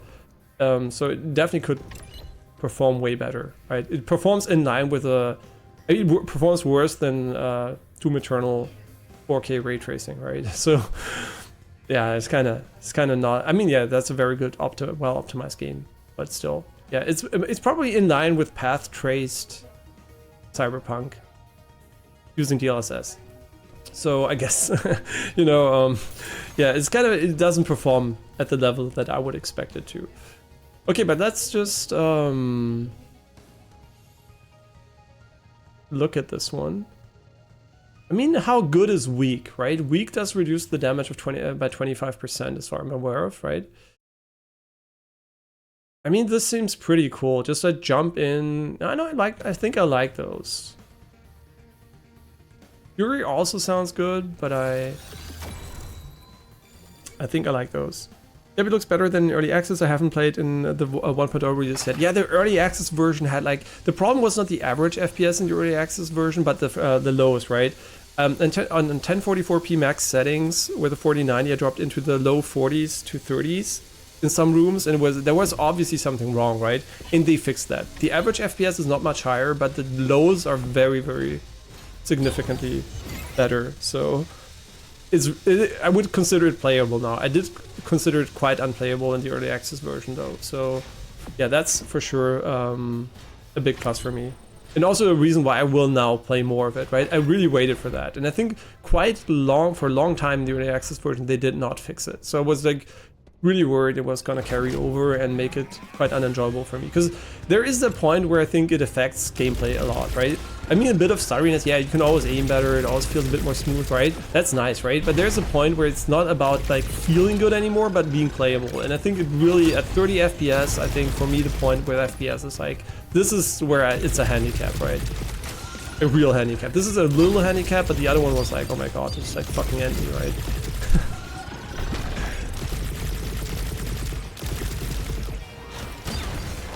Yo, it feels really good punching them because it still does a lot of damage. So the game didn't like ignore that mechanic at all, but it becomes really important. Look at this, how much damage this dealt. Wait, or is it HP bar just disappeared? I don't know. Wait, it seems like he was killed in one hit, but I don't think that is actually true. Okay, let's talk about damage numbers here. They're huge. I like the damage numbers, but I think they're too close to the crosshair. It leads to the situation where you can't even see the weak spots you're shooting at anymore. Which I would rather have visually. It's not a big deal because the enemies don't move and they're big, right? But yeah, a little bit of a different placement there could have gone a long way in ensuring visibility is not that effective. And look at this, I can't see the enemy, right? It's just damage numbers. And just place them higher, right? And also stacking damage numbers can be nice, but with different elemental damage sources, I guess you could put one stacking number for each source or something. Just like reduce the clutter. I don't even remember, does the game have hit markers? It also has hit markers, yeah. I mean, because I don't pay attention to those. I would love to turn them off, but then again, even Doom Eternal doesn't have that setting years after launch. So, but it's just me, right? Hit markers serve no purpose. Unless you really do a sniper shot over like 10 kilometers and you don't know if you've met a hit, right? But in games with HP bars and damage numbers, I always know when I hit. They're kind of irrelevant.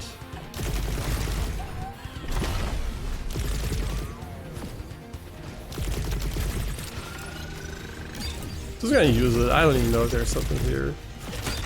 Do I recommend the game? I think I do. I think I do. It's fun, right?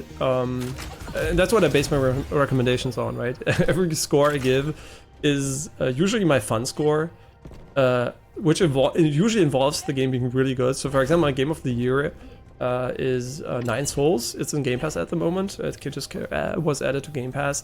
It's unfortunately not even nominated for Indie Game of the Year or let alone Game of the Year. I think Nine Souls is a fantastic game. It's masterfully crafted. And yeah, it's not the first game of the studio, but I think it's a small Korean studio that did horror games beforehand. I think 2 of them. And it's the first Souls-like game. And it's brilliant. And it's so good. And yeah, that's why it's my game of the year, right? I had a lot of fun. And that's a really good game, but my game of the year could also be complete trash if it's fun, right? It could be like from a craftsmanship perspective, trash, right? It could be fun, but not good, right? So that's what I want to say. My ratings are always based on fun, not perfection, because nothing is perfect. This game I would give an 8 out of 10 with a slight nudge towards the 9 out of 10 from a fun perspective at the moment. But that doesn't mean that in 10 hours, 20 hours, 30 hours, 50 hours, 100 hours, I don't know, I'm going to feel the same way, right? My initial fun is 8 out of 10. If there were no performance issues and some design things were different, like slightly different, it would be easily a 9 out of 10. I would say like with optimization and 10 hours of implementing some improvements, like from a coding perspective, not a lot of coding has to be done. I think you could make the game a 9 out of 10 easily. First impression. Long term, impossible to say because I didn't play enough, right? Your punch now reflects projectiles and causes them to deal increased damage. The increased damage, I don't even know. Is Fortify becomes Fury. You know what? This sounds good. Like stays in place also sounds good. They all sound good, which is good, right? A lot of games have the issue where you just like look at something and in your mind you're like, I should. Oh wait, this is 10%, 20% per kill. Ooh, knockback is not good, right? Knockback will knock them out of the fire zone, which doesn't synergize at all with this one. So I kind of feel like I just want to go with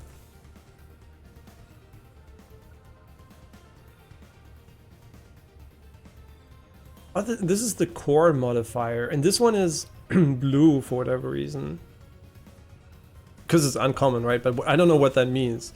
But the damage is significantly higher. Like it is significantly better. Do I want? Nah, I just think it's a bad combination. I know it's probably good, but this doesn't sound convincing to me. I mean, what can I say? Like 2 seconds of invulnerability every single time I press Q seems good to me. Something over here. Oh, it's just a gun.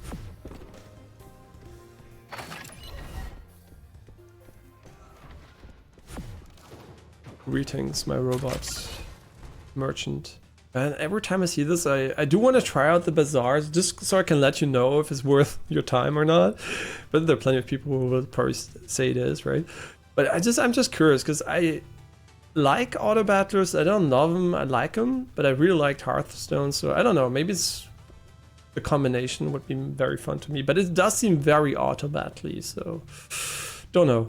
Auto battlers are usually like a casino. So I mean, like I guess any game with RNG, but auto battlers more so than other games, I think, in the genre.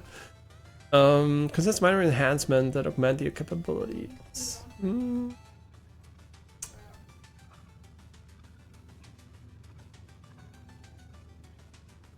I mean, this is 10% crit chance and significant. Look at this damage increase.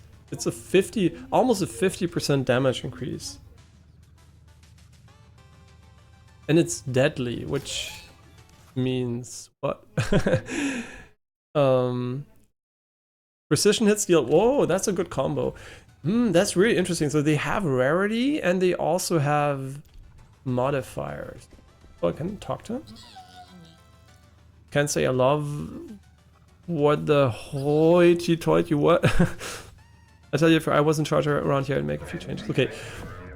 Yeah, I really would like the game to just like click to advance here. That would be pretty nice. Just reading at your own pace, right? I can read very fast, but in games I'm usually distracted and I don't look at the text right away. So I always miss them when they're on screen. But that probably also is because of streaming, because I'm like, my mind's not always present in game, right? It's like a focus thing. You could almost say some games, not this game, some games are so boring when you play them that you rather think of other things. I'm just kidding. No, those are the games I usually don't finish or drop. For the current floor, I like Persona 5 Royal. No, just that's an Apricot joke. It's probably not here at the moment, but I mean, maybe yes, I don't know. It's pretty often there. But we didn't finish Persona 5 Royal, and the reason was because I went to Japan, and I just like kind of came back, and then there was, I think, was it Wukong? No, not Wukong. Wulong that was out, and I just said, yeah, we have to finish Wulong, right? Because I want to watch the streamers that play the game without spoiling the game for me. And then I kind of got out of the loop of Persona 5 Royal, but I think it's a 10 out of 10 amazing game. But I just kind of dropped it because I plan on picking it back up, right? But I just dropped it because it was like so out of the game loop it just, and also I was playing on the highest difficulty. I think we never died and was like really invested into that idea. I mean, we did die while grinding once, and I was AFK, right, mentally. It's just like grinding off stream.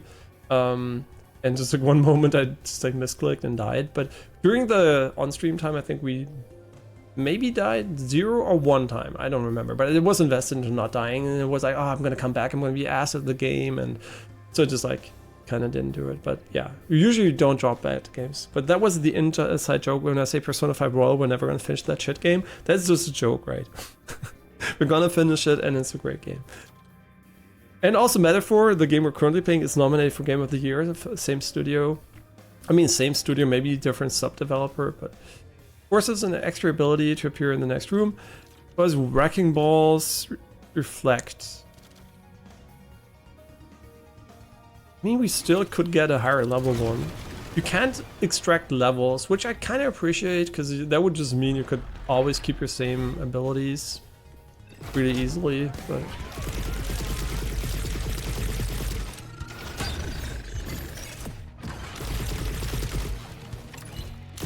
What the? Oh, I remember those. It's the spawning enemies. Who's spawning those? I don't even remember who it is, but whoever it is, you're gonna die. The reload is very slow, so getting some kind of reload enhancement would be very valuable. Yo, these small guys are pretty annoying.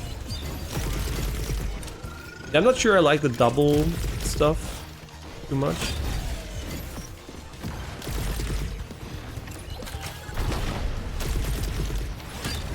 And obviously the real question, right, for people who played no games in the genre is always this game first or other games first, right? And the answer is pretty easy. The answer is if there's a discount on any of the other good ones we mentioned a bunch of times, you can pick up those. Unless you are not interested in aiming mechanics, then I guess you can only pick up this one and Gunfire Reborn. Because the other ones are more FPS-y, right? Witchfire, RoboQuest and Deadlink, all great games, but they're, oh yeah, also a new one, Sulfur, right? I guess Sulfur is also it's not that aiming, I mean, it's different, right? Yeah, so if you only want to have like fun pew pew builds, this one for sure, and Gunfire are the only real options. But if you have no preference there, you can for sure just buy either of the other games too, right? So this game, is it on par with RoboQuest and Witchfire? I think it's on par with Deadlink, because Deadlink has very good gunplay and smooth stuff, but I think the meta stuff here is more engaging. I think this is more interesting from a meta game design perspective. But I still think RoboQuest and Witchfire are still slightly better games. Just because they're really, really clean from an execution perspective. So if you didn't play those, I mean, Witchfire is still in early access, so probably you should just get RoboQuest or Gunfire, depending on what you like. But it's still very, very recommendable. So if you wanted to get this first, I would still say it's perfectly fine. But the other ones you probably can get on sale or some shit. So yeah. But if money is no problem, let's get all of them. They're all good, right? Easy advice, right? Just get all of them. And RoboQuest is on Game Pass, so yeah, if you have Game Pass, it's all what I say. There's no better deal in gaming than Game Pass. Unless you're looking for a specific game you want to own, or quote-unquote own permanently. Game Pass is just like so good. And by the way, not sponsored by anyone, obviously, right? I'm a small channel, so nobody's going to give me any money. And everything I say is basically just like my personal opinion without any bias, right? Beyond me buying the game, which is an investor's bias, but... You can hear that I'm not very prone to being nice to games just because I bought them. Just like quite the opposite, right? If I gave someone money and I'm not satisfied, I'm more likely to to say, I think. But some people are different. Some people cope because they've spent a lot of money, right? If you only have $50 per month and you spend them on a game and it sucks dick, you really want to like it, right? Before you admit it sucks dick. So some people are definitely biased towards like wanting to like something. Enemy technology deals 50. Oh, this sounds so good too.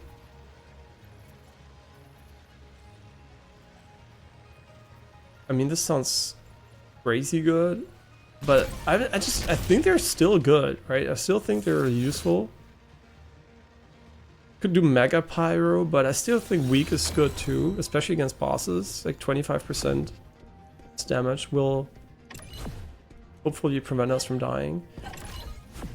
Yeah, but recommendations are always very subjective, right? So it really depends on what you like. But all of these games are good games, right? Some are just like objectively better crafted than others, but they're all fun and good so far.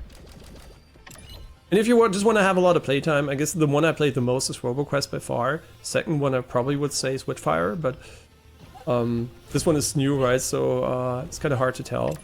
But this is like the performance killer laser. Holy. Yeah, raw playtime, RoboQuest, but that is because I just enjoy the loop, right? The content has been over since, I guess, 100 hours plus, so... I mean, yeah, they add content constantly, but at the same time, the core content I depleted pretty quickly, so... It's more of, I enjoy the gameplay loop and feeling of the game. Which is what is great about roguelites, right? It's like you can just turn them on and replay them, and it's always a bit different.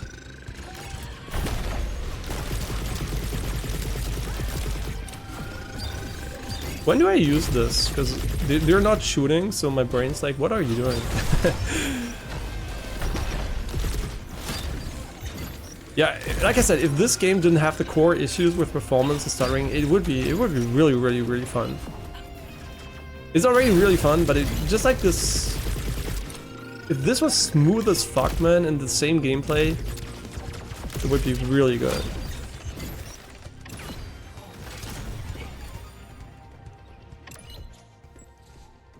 I like how they tell you where it is, but they're kind of baiting you into, what the fuck are... Wait, what? Huh? Okay, you are here. And where's the other one? You bitch. And now you even punish me by spawning enemy? Okay. Okay, we have to learn how this works, obviously.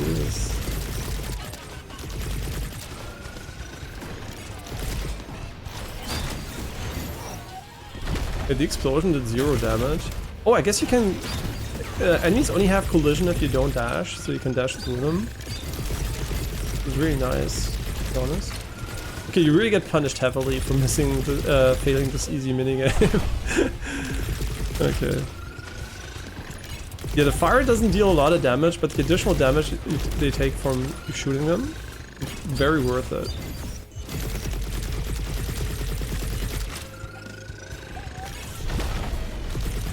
This guy. See, this guy here, just imagine every enemy like that. That was the early access version. That's how it felt in my head. I don't know if it really was that bad, but one guy like that is no problem. It's just like if every enemy feels like that, then we have a problem.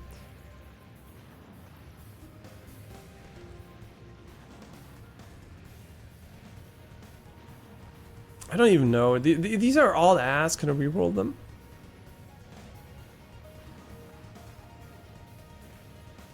It sounds terrible. Like every single one just seems like.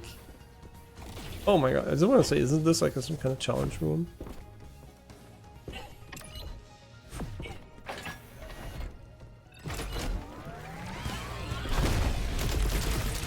But I really wonder. Some of the bugs are really seem like, for example, the spawning here, right? This seems like stuff you would see in like a desync MMO. Like I wonder how it happened, right? What is the part that caused this to even become an issue?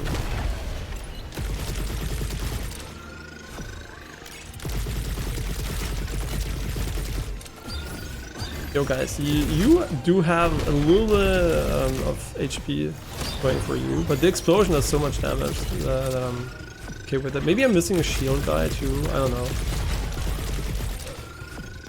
And don't forget, this ability is under-leveled, so...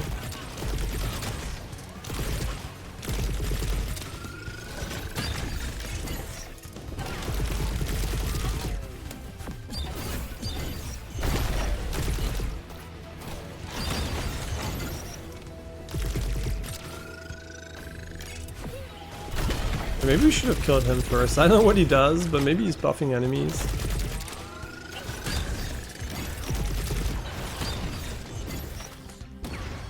Okay, we got him.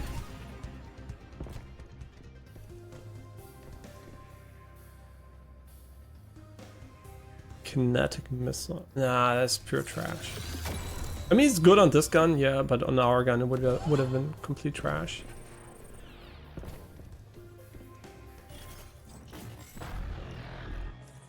Isn't it funny? You would think you would destroy the crystal, but you have to destroy the enemies.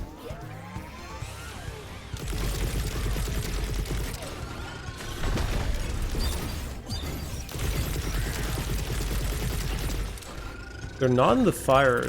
Did I fuck up something?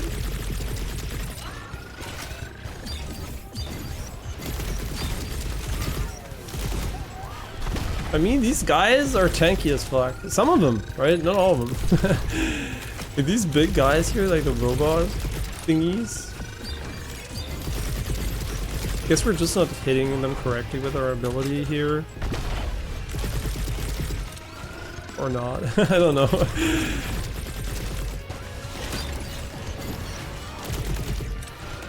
Dude, you are some pieces of shit, like. Okay. Yeah, this is a bit more what it was like in the early access version, but it's a special encounter, so I'm like, I'm not gonna be too judgmental.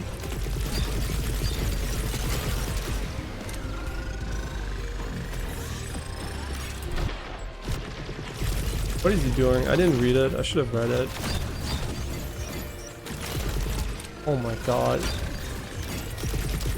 Wait, I have to defeat all enemies? Wait, this doesn't count, right? This spawned like a mega tanky enemy mid-fight. There's no way that counts. Oh, you just throw me through the fucking ceiling?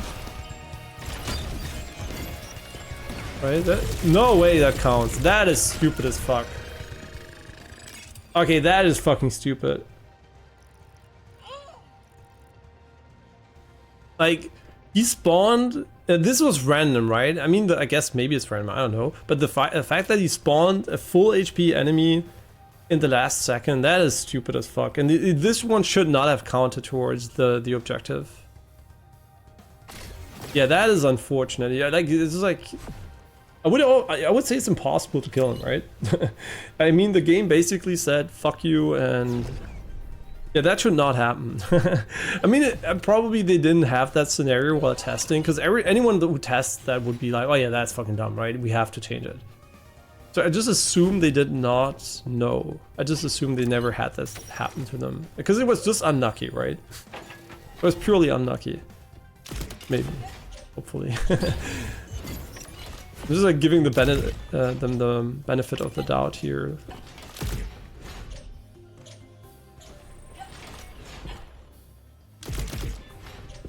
I'm like, am I tilted? No, I never would tilt in a video game. Okay, why do I jump up without any momentum here? Okay, we made it.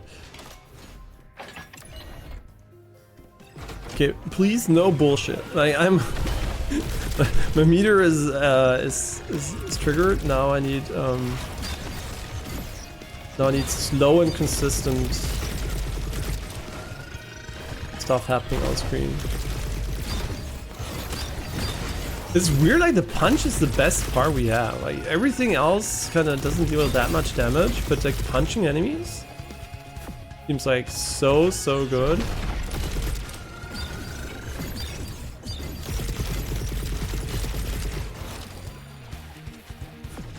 Did we kill them? I guess we killed them. They look like the crabs from Half-Life.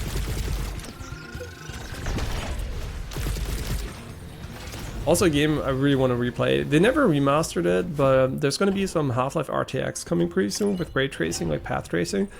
And I really hope it's good, because I feel like replaying both of them at some point. But I don't want to replay the old versions. Like, as nostalgic as that would be, it would be cool to see a slightly enhanced version that still captures the original. Just like recycle this one. And we got this one too. Nice. I think a dog is barking when she jumps. There's one sound she makes. It's like a dog. Oh, you can also break him open. I guess you can shoot him. I never thought of that. Yeah, you can shoot him, probably.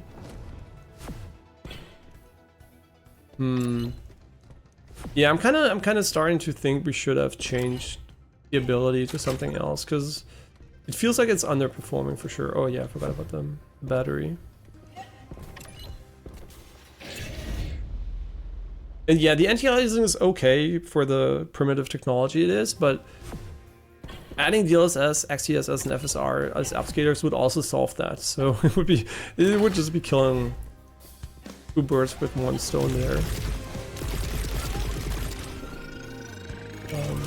I don't quite understand, like...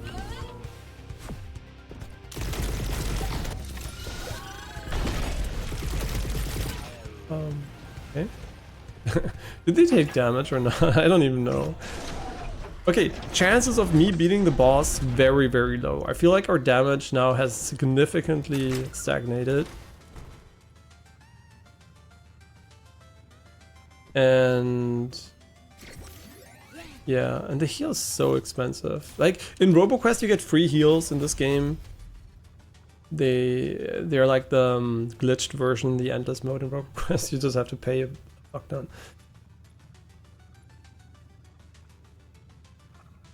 This sounds so good. Who are we up against? Oh yeah, right. I remember this guy also being tough. I mean, the bosses in general, I remember them as being pretty tough. You've made a huge mistake coming here, Tiny Shaper. What, no. Hello, how are you? Nice to meet you. Our manners suddenly obsolete. Manners are for weaklings. The strong apologize to no one. So I'm not gonna say sorry for smashing you, Pipsqueak. Sounds like a Jinx cosplayer.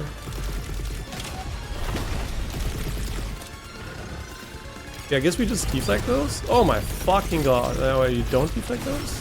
What the fuck? Oh my god, I just lost all my shield? Can we elaborate on why I lost all my shield? So do I have to deflect them later or some shit? I don't know, there must be some kind of reasoning behind this. Okay, this is for sure deflectable, right? Oh, the two times, man. Like, he's like... Wait, do I shoot them? Oh. So we're like slam dueling each other. It's kind of funny. My damage is not great.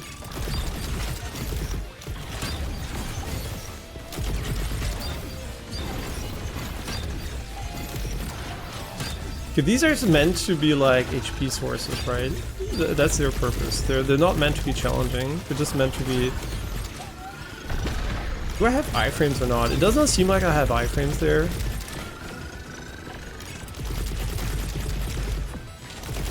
Can we double jump this? Yeah. Just shoot him. Which is an interesting mechanic considering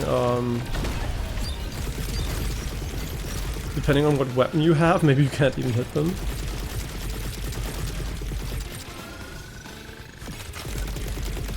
What the fuck? Yo, like 1 billion HP? Wait, I didn't punch him? Well, we're gonna die here. There's no way we're not gonna die.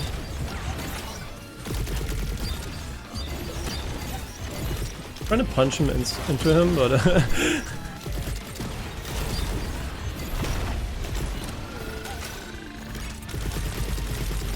come on, just deflect him into him because it looks cool or some shit. What are you doing?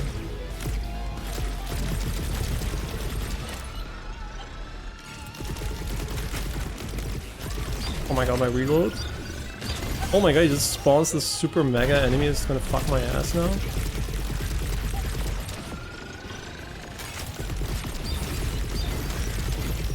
Okay, how do I evade those? I should dodge them, right? Maybe. Phase 2? Punch him, punch him. Okay, we kind of survived. It was fun, but at the same time, I don't know why the big one didn't explode. Maybe it just has a bunch of HP, or you have to run away. I don't know.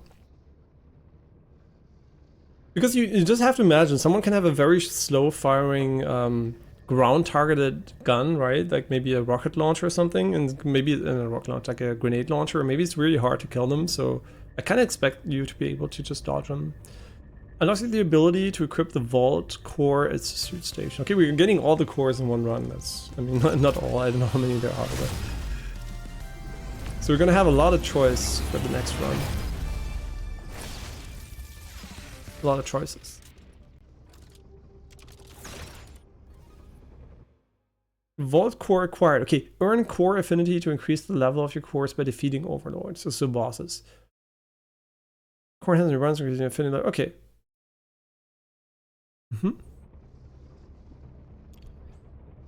Okay, and now I assume this is where the game transitions into maybe a persistent biome that is always the same, or just the final boss fight.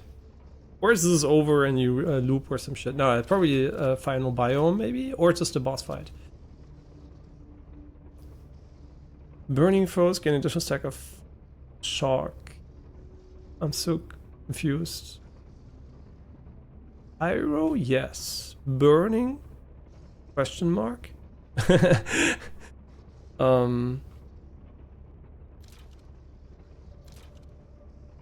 I mean, I don't want money. Money is so useless, kinda.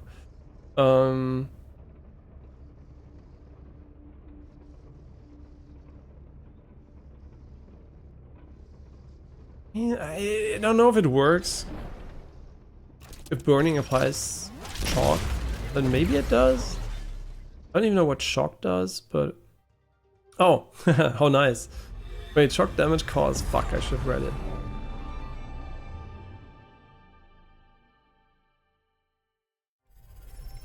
Select your target. Wait, really? I didn't want to say there can only be one target.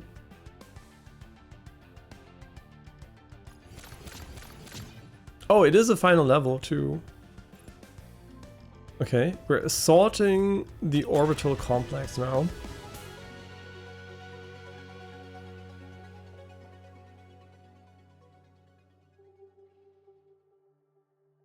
Wait, why is this tutorial, this tooltip so much more precise than the tooltip in game? Is it just asking because this one does not have the percentages? And I like percentages because it tells me if something's good or bad. So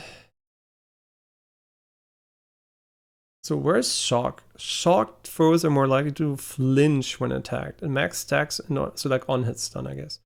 And max stack and on death, victim triggers EMP discharge that damages and stuns nearby foes. This effect is more powerful when triggered at max stack. Okay, that sounds good. So if we can trigger this with burning, which maybe or maybe we can't, I don't know.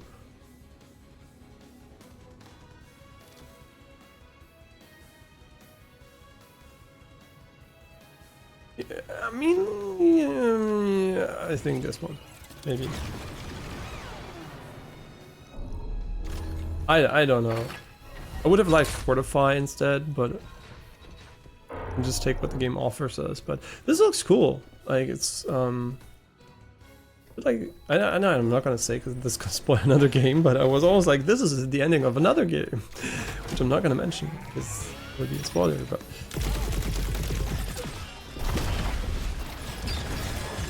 I like that the AoE occurs also at the position where you hit.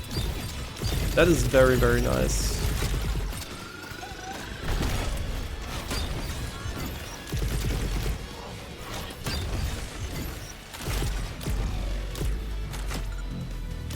What is it gonna do? Aeronaut Captain. Shouldn't be a problem. We're not using fire or anything.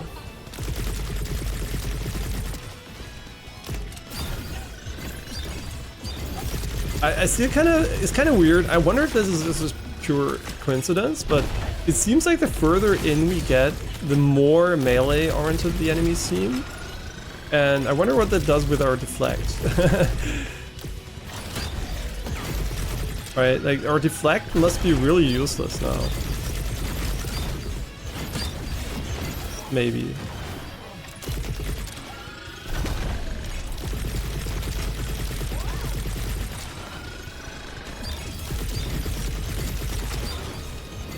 And I still don't know why sometimes I don't stagger the enemies, like, consistently. Like, I don't know what it is, right?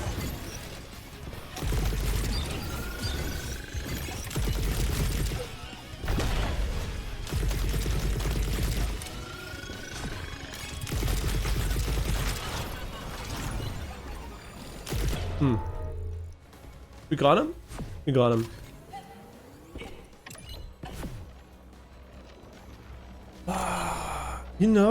You know, this makes sense, because Shock will do Pyro, right?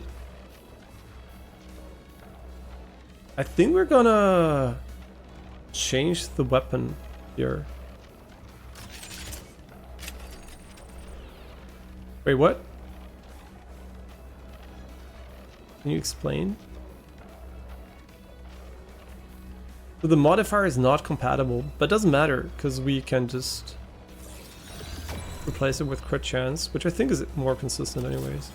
So. I mean, I guess it makes sense, right? Because the weapon is shock, so it would just be a no-brain, no combination, 50% damage increase, which is kind of stupid. So I think I like that they kind of prevented the player from just like doing that.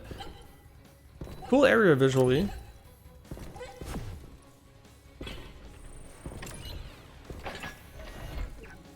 Next time? What next time? There won't be a next time. There will be probably, because I'm gonna die, but nah, of course we're gonna win, as always. No, I'm not sure, right? Bosses, I feel like the levels, it's hopefully okay to assume we're gonna survive those, maybe. But when it comes to bosses, you know, you never know. There might just be some crazy shit going on, and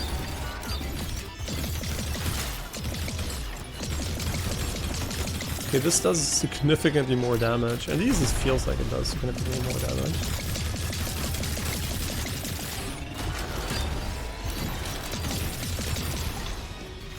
I mean, it's a bit like bowling, right? It's like kill the enemies.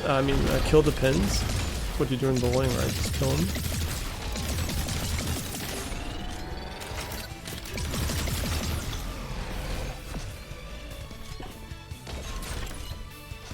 There must be an enemy around me. Oh, these guys, right. I guess they also spawn those enemies in addition. Yeah, I'm gonna say it. I recommend the game so far. Like, for real, it is fun. The extreme performance issues have been fixed. The base performance is not great though, but it's playable. I mean, like I said, I'm used to high FPS. I'm pretty sure you will hit 60 FPS on a lot of machines for this one, if you're not on 4K, right? So if you're like 60 is enough for me, then that's a non-issue. It's just like from talking to someone that would expect the game to run like 50% better would be reasonable, but I still think it is very, very fun. Lucky, what is lucky? 10% crit, 20%. Oh, it has a pretty high crit chance, 20%. I think I like what we got here. Like, it seems on paper to be a very synergistic thing. Why is there no way to rotate the map? Because obviously the map is 3D, we can tell in the top right corner.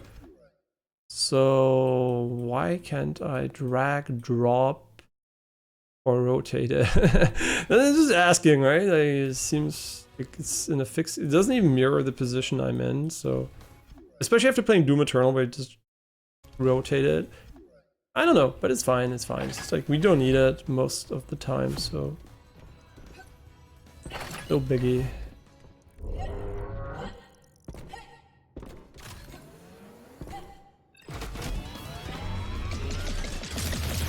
I mean, can we destroy those in time? I wonder. Like some sick AoE explosion, maybe? Yeah, do shit. Wait, can we deflect them? Oh, yeah, that's a good idea, because there's so many of them, right?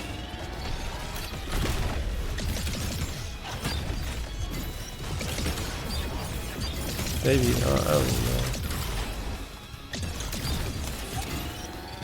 Destroy all the evil. I destroyed all the evil oculi.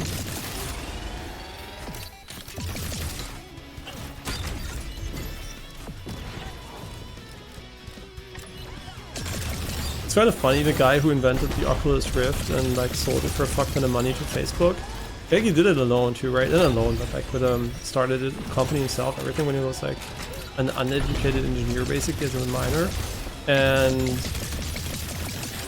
then he, I think he went into making weapons, like army stuff. And then he made like recently just a Game Boy, like some kind of retro Game Boy. Kind of funny, right? Like how this goes, but I never heard him talk, so I can't tell you if I think he's intelligent or not. But I think the fact that he made the Oculus Rift on his own accords for sure seems to point at least him being a good engineer and inventor. Which doesn't speak for general intelligence, right? It just means he's intelligent in that way, but he could still be an idiot when it comes to political beliefs and stuff like that, so I have no idea. But for sure, interesting. Are we gonna die here? Because I'm fucking dog shit. I didn't see them respawn, because I was talking about random shit. My bad. Wait, why did you respawn them?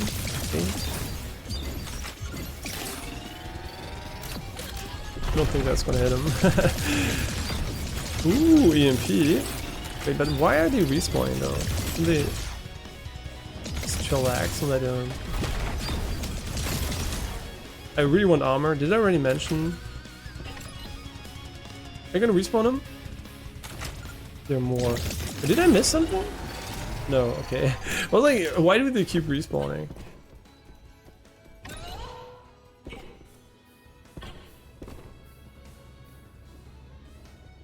We just no. We need pyro. Pyro is too good. Like, I would love to take this one because of the damage values, but I just can't. Why did I not look at the weapon? Oh my gosh. I thought I could take all of them. I don't know why. This is not focused. Okay, we're I think in front of the final boss. We're unlocking new shit, and I'm not even gonna look at anything else first. No, we just can't. We're gonna end the run with 500. Wait, that was so expensive though.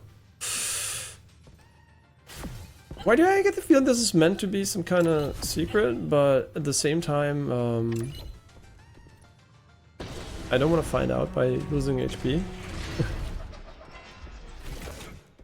Yeah, chances of us beating the final boss, 50-50. Nah, okay, that's a 20%. I'm not that confident. We don't have armor. It's gonna be probably very gimmicky, so... That looks cool, for sure. And I assume it's the final boss, right? I mean, they could still pull a... This is a roguelite, and you'll only see the final boss once you get to point X, right? Like, maybe this is... Okay, I don't want to say because it's a spoiler, but... Yeah, okay, I'm not gonna say it.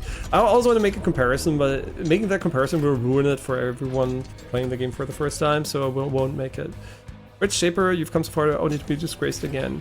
You don't scare me. You're just a bully trying to get in my way. In your way, what? Genoese? Eradicated. Every scrap of his programming uprooted and grafted with superior Rubik. It can't be, you're lying. I have no need to lie to you, Ada. It was just another failed experiment. Genoese is gone, supplanted. Behold his progeny, his truest form. I am Veros. The version OS?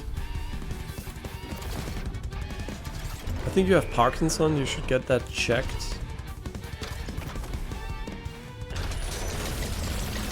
What the fuck, he has like a billion HP bars. Okay, here's like some kind of rotating shit while shooting at you. Oh, that's nice. When do I use my ability? I guess never, because I just got hit while using it. Okay, like a billion HP on something. Excuse me, I need armor. Like, I'm much in need of this thing they call armor. I should have knocked this into him. I don't know why I didn't. Okay, let's hit him. Nice. Huge hit.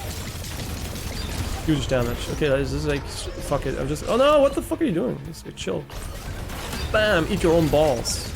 Yeah, that sounds wrong. I'm in him? Okay, hey, what are we saying? Yo, we're just killing him by doing nothing. Let's go! He for sure has a phase 2. Oh, wait, he has full HP. What are we doing? Where is your weak spot? Asking for a friend. 0. Oh, not 0. Wait, what is this? Oh, punch him. Go! Okay, I guess he's like, he's gonna respawn everything, isn't he? What are you doing?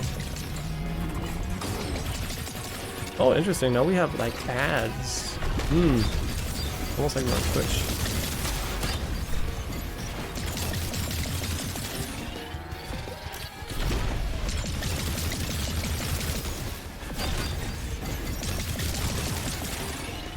I kind of like bosses that have ads, because you know, it just gives you a little bit of normal combat too. Because boss fights usually are very gimmicky, so just having a little bit more of this. Wait, I have to knock him into him, right?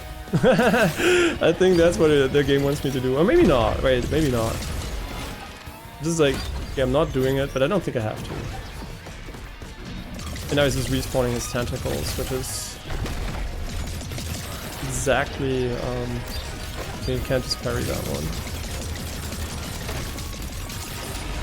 Yo, EMP? Kind of fucking good. Yeah, jumping into these lasers, not good. Yeah, very, very bad. Bad play. Nah, you can't deflect those. That's kind of fucking bullshit, honestly. Yeah, you should be able to deflect those. Oh, can I shoot the wall? I don't even know, man. Just like fucking send it.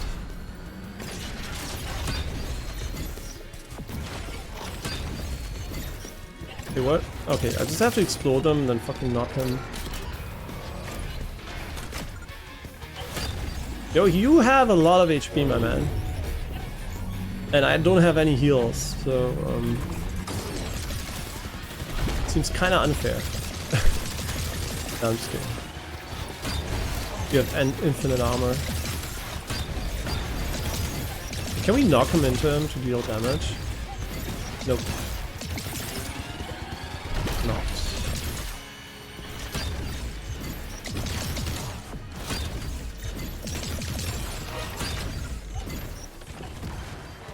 They call me the Slayer.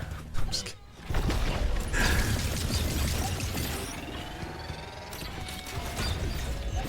Okay, we got him, and now he's gonna respawn, and we're just gonna fucking full send in his face.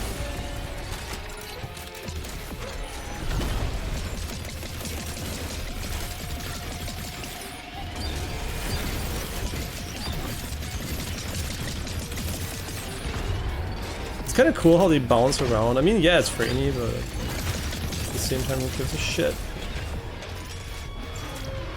Come on, just dash. Dash with me.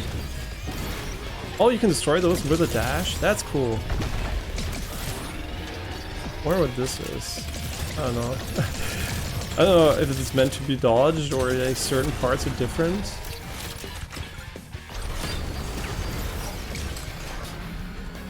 But yeah, we should destroy this one. Maybe? I don't know. I guess you do have to destroy him. Can you shoot him? I should try to shoot him for that, because it does seem like we're dealing kind of inconsistent damage here.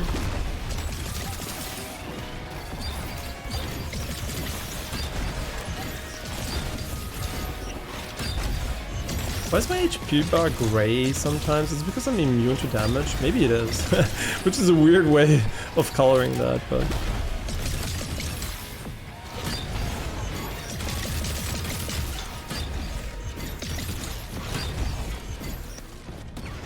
I mean, it is a fun game. I'm saying that a bunch of times just to remind you, because I was so, like, you know, focused on the bad stuff first. I guess you can just, like, go through these walls here. I don't quite understand. I guess you shoot them open or some shit. So I just want to make sure it's quite clear that I think it's a good game.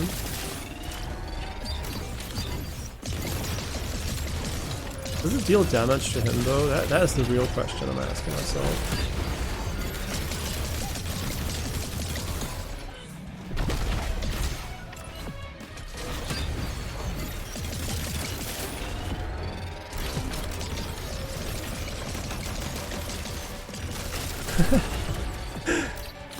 This is fucking die. Okay, we're gonna try to shoot him this time. Does almost no damage. Let's try to shoot him here. Oh yeah, it does deal damage, right?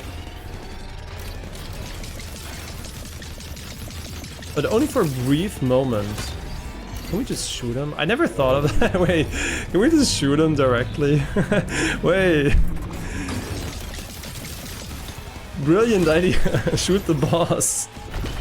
I was like assuming he was immune because he had like these weak spots, but maybe that was wrong.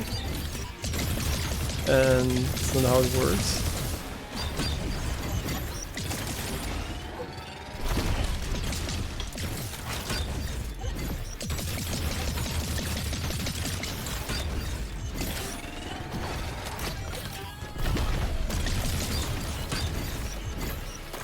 Okay. Can we shoot him? No, it's 0, right? Yeah, very 0. Okay, he's gonna do the minigame again. Which I'm not sure I like this, because maybe you can punch it if you can't punch it, because you're gonna get hit by nothing here, right? If you're like, if you don't have the weapon that is required there, it could be pretty weird. The fuck, he's like using mega powers on me now? I consider this cheating. I want to make sure you know that. You need the fucking down. You need the fucking armor, man. We need the balls. We need the balls.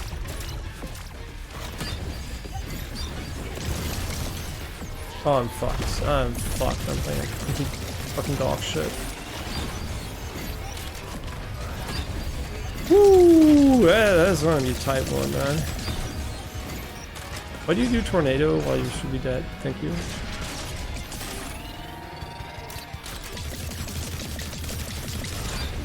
Eat my fucking balls.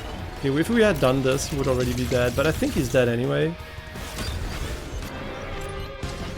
The city is still mine, Ada. You're all mine.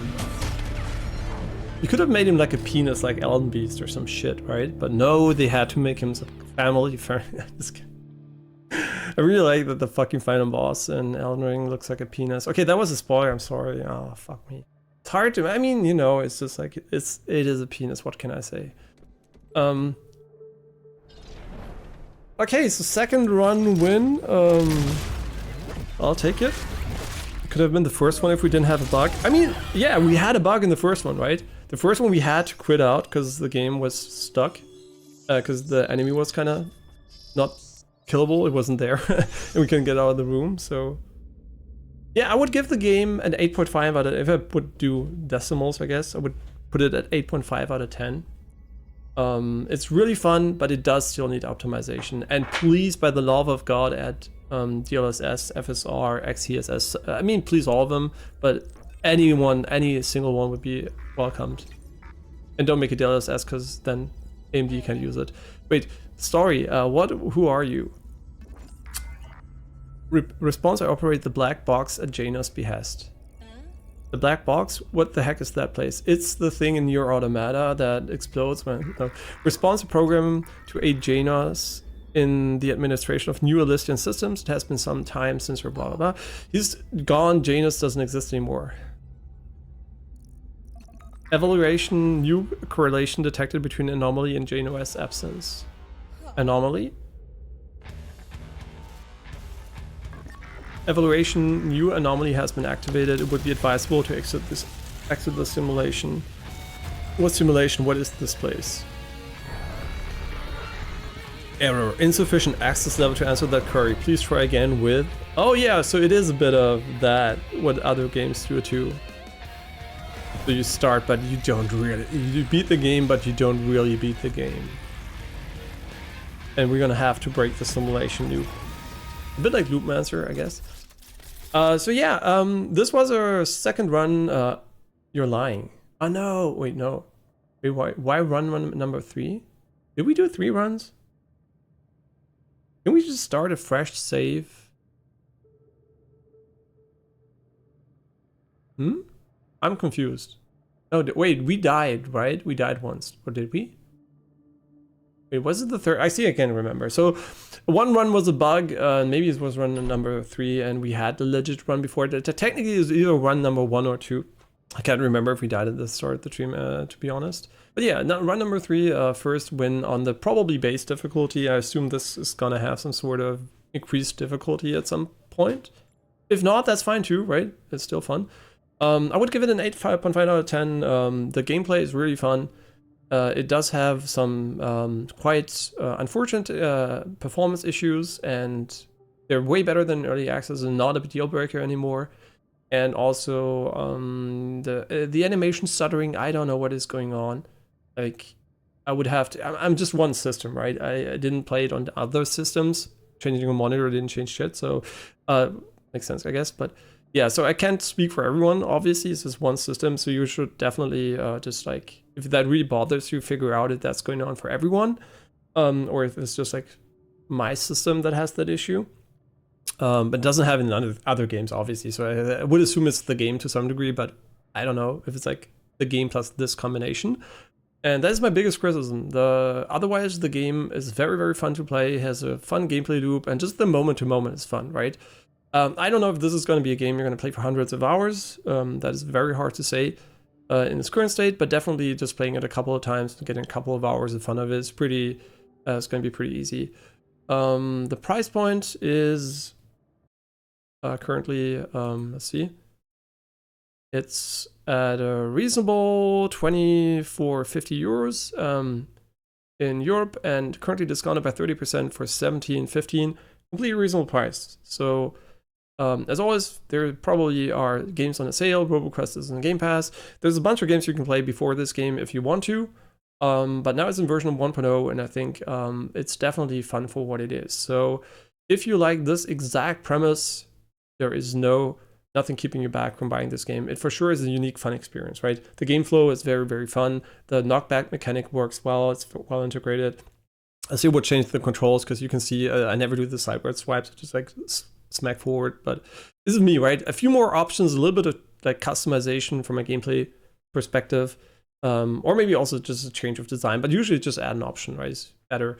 Would make it even better. So I think it could easily be a 9 out of 10 first impression, but this is still just a first impression, right? I mean, I did beat the game, right? So I do have an idea of the run structure and length, but I didn't beat the game maybe multiple times, so I don't even know how it's going to progress. But I can just say the first time was really fun, and from that alone, I would recommend the game for people who are interested in it, but not obviously from a perspective of if you want to have 10, 50, 100 hours. I can't speak about that, right? So that's for sure.